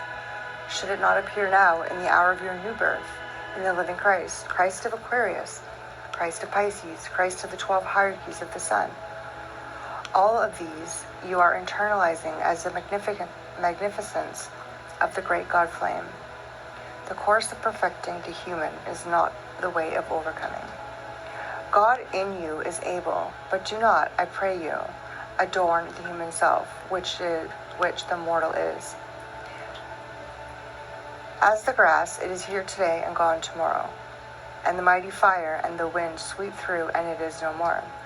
Beloved ones, the course of perfecting the human is not the way. It is not the way of overcoming. Thus, if you are not interested in perfecting the human, you can right now just drop that pride in your human self. Just drop it on the floor like an old garment. Beloved ones, it is an oily, torn undershirt that you have been wearing for far too long. Do you not see? Does it not matter? You are real God-free beings. Divine beings now. You are immortal, and all else is illusion. Will you accept this? Beloved ones, this messenger, as your mother informed, does gaze upon you from year to year and rejoice in your victories, and oftentimes wonders and muses with me why, through all the teachings giving, you yet hang on to that superstitious consciousness of that human self. You do not have to wait until the end or the hour of death to know eternal life. Beloved ones, I come therefore to deliver this message in consultation with the messengers, and Moira and Helios, as well to pierce now the veil in your belief in yourself as mortals. This is my God determination. This is God's will, and I am here in full force of the hierarchy of the Aquarian Age, to wipe from the very screen of life the law of mortality itself, which is the same law that sustains the serpent consciousness. Now, do you or don't you want to continue to operate under the law of mortality with those serpents? Then I say, let us be done with it. We are free spirits. You do not have to wait until the hour of death, so-called, to know eternal life. You are eternal here and now. This place is your eternal abode, and I speak not of finite coordinates, but of this place as the point of eye of the mind of God, the seat of your consciousness. Find that seat now. Feel it in the base of the brain and then in the spine. Feel it in your heart. Feel it in your soul. Feel it in all of your being. That which you feel is God. It is God, I tell you. It is not some combination of physical senses.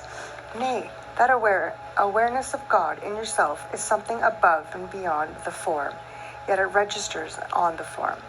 It pulsates with life in the form, but the form is always the effect and the vehicle for experiencing that consciousness that has been, always shall be, is here and now, the eternal God. Let them say what they will, I will say, ye are gods. And all of you are sons of the Most High, brilliant sons of light. Now let us roll up our sleeves and go about shedding all shadow that has been accepted as the singeing of the garment of these long ages. Beloved ones, it is like a burnt toast. You throw it out the window and let the birds have it. May you pass every test. Can you not see in this expression and my posture of the person in a tree peeping through? I am his guest, speaking at his mystery school on his behalf for his beloved and my own. May you pass every test. It is Oriental, n'est-ce pas? How do we begin to maintain God control? Beloved hearts, how do we begin? How do we begin to maintain that God control that has always allowed for the rhythm of God to restore the balance before the human reaction, out of fear or anger, that teetering, tottering off balance? Beloved hearts, the components are there in the dictations, the decree book, the keepers of the flame lessons. But, as it is always, the mere vast compendium of knowledge, the greater the requirement of the teacher to organize. Thus, I point to the Count to 9 decree. The Count to 9 decree, given in the full fire of your heart, enables you to regain the command of your auric force field that has been impinged upon, pressed upon, penetrated, and invaded. Thus understand, sometimes when you suddenly feel a disturbance, you are taken aback, You have a shock or a sudden reaction to the actions of injustice of another. One of the reasons you momentarily lose your balance is because the normal flow of the aura has been disturbed, as though you would suddenly agitate the waters. Now your aura is your sanctuary, and it is the sanctity of your God flame. Thus, before answering the demands of the carnal mind, the questioning, the praying for favors, or whatever, reestablish yourself. Speak quietly, softly, and slowly, for in this way you will not engage into yourself the anger, the impetuosity, the upsetness of anyone around you. You speak as I am speaking now, from the heart, from the seat of the heart, the point of the Buddha.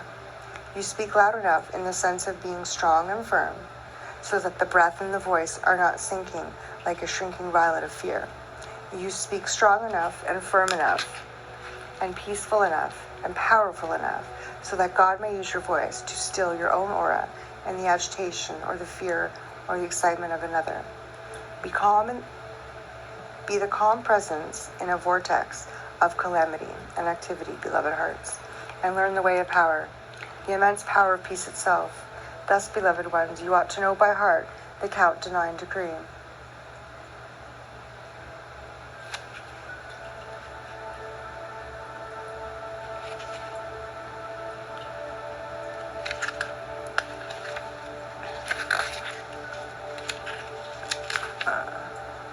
Center in the heart and wear another layer of the violet flame. May you pass every test. Unless you center in the heart, which is the central sun of your being, you may find yourself tumbling on the periphery of the aura, which touches the world consciousness.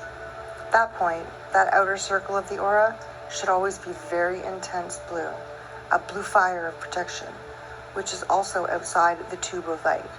Now you visualize the violet flame in the very center of that tube of light.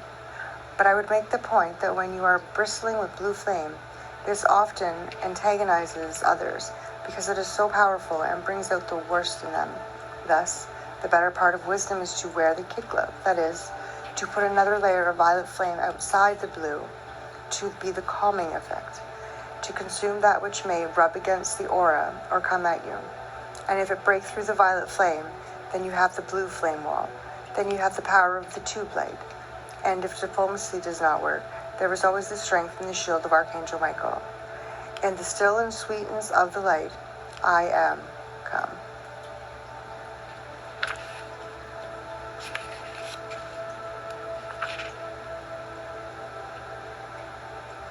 Apply to Almighty God for the healing of the soul.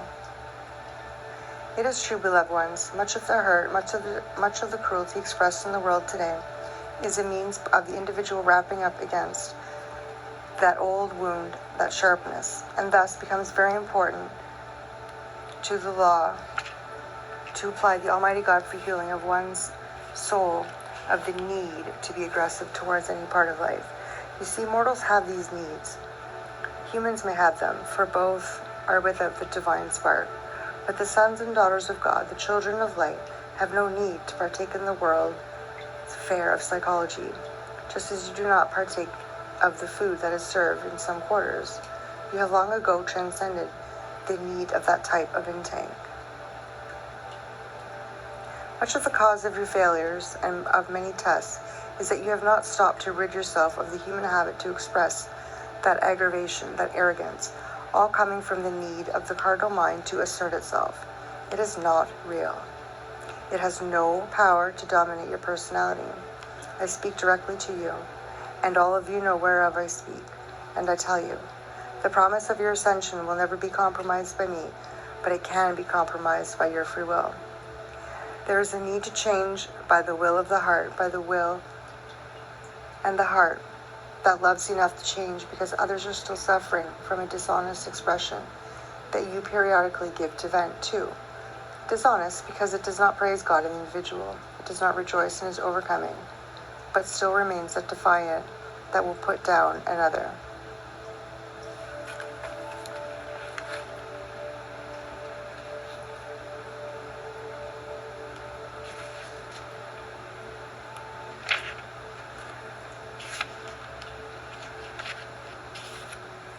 Why God does not cancel out the astral plane. Take the astral plane for existence. Nothing permanent, nothing reliable, all illusion. Endless explorations of matter, scenes that are changing like a kaleidoscope, entertaining for infinity. That is the imitation of the real infinity, the labyrinth of the human consciousness. Many dwell in it.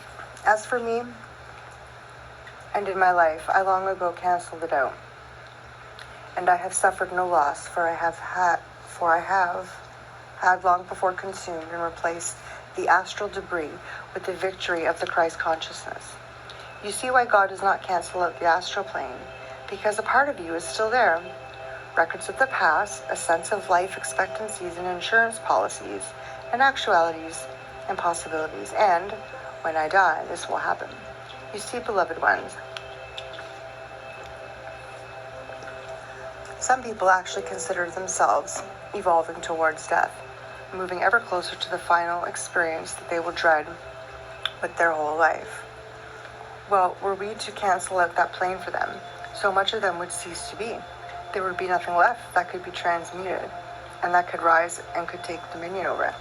Thus, the only place where consciousness of death and the astral plane can be cancelled out is in the point of the will of the Shila in this octave. Only you can decide. It is no more. I shall weep no more yesterday, today, or tomorrow. I shall weep no more about any human experience.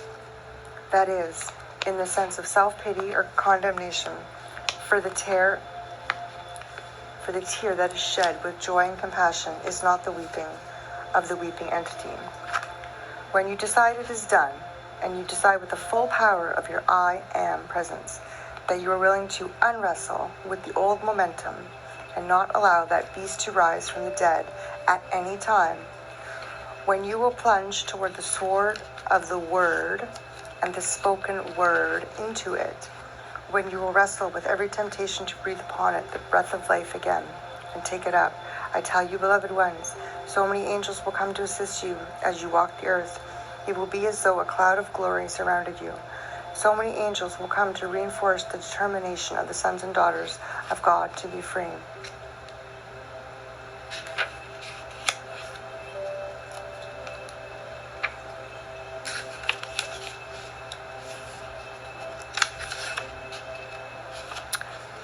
Crossing the abyss between the human will and the divine will. Thus, you see, between the human will and the human desire, and the divine will and the divine desire, there is an abyss to be crossed. Its name is time and space. It is governed by the law of mortality. You can take the route of the labyrinth. You can spend another 1,000 or 10,000 or even 1,000,000 years gingerly stepping in and out of the caves and caverns, underground and through the astral plane, seeking earthly treasure and not realizing that the divine is practically on the tip of your nose.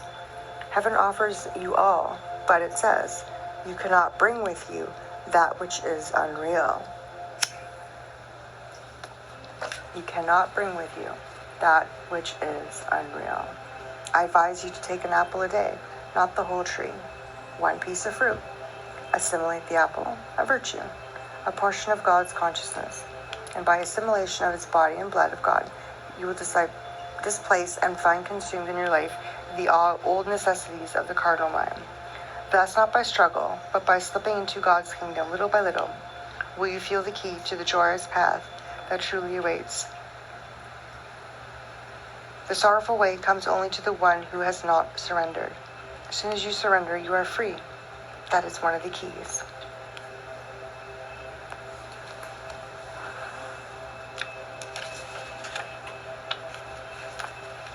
Count to 9 decree by Ascended Master Cusco. In the name of beloved, mighty, victorious presence of God, I am in me, my very own beloved Holy Christ self, the Savior Jesus Christ, and the servant sons in heaven, beloved Archangel, beloved Leleno, the entire spirit of the great white brotherhood, and all the world mother, eternal life, fire, air, water, and earth.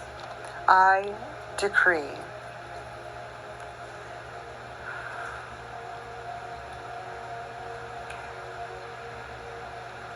As you do these words, this section, visualize the white light filling the ovoid of the aura. Come now by love divine. Guard thou this soul of mine. Make now my word all thine. God's light around me shine. Visualize a white band of white fire around the solar plexus. I count 1, it is done. O feeling world, be still. 2 and 3, I am free. Peace, it is God's will. Visualize the band of white fire around the neck and throat chakra. I count 4, I do adore. My presence all divine. 5 and 6, O God, affix my gaze on thee sublime. Visualize the band of white fire around the head and third eye. I count 7, come, O heaven. My energies take hold. 8 and 9, completely thine. My mental world enfold. Visualize the white light encircling all of the chakras and the 4 lower bodies. The white fire light now encircles me. All riptides are rejected. With God's own might around me bright, I am by love protected. I accept this done right now with full power. I am this done right now with full power. I am.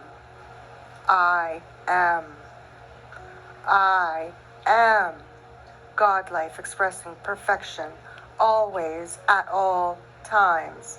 This which I call forth for myself, I call forth for every man, woman, and child on this planet.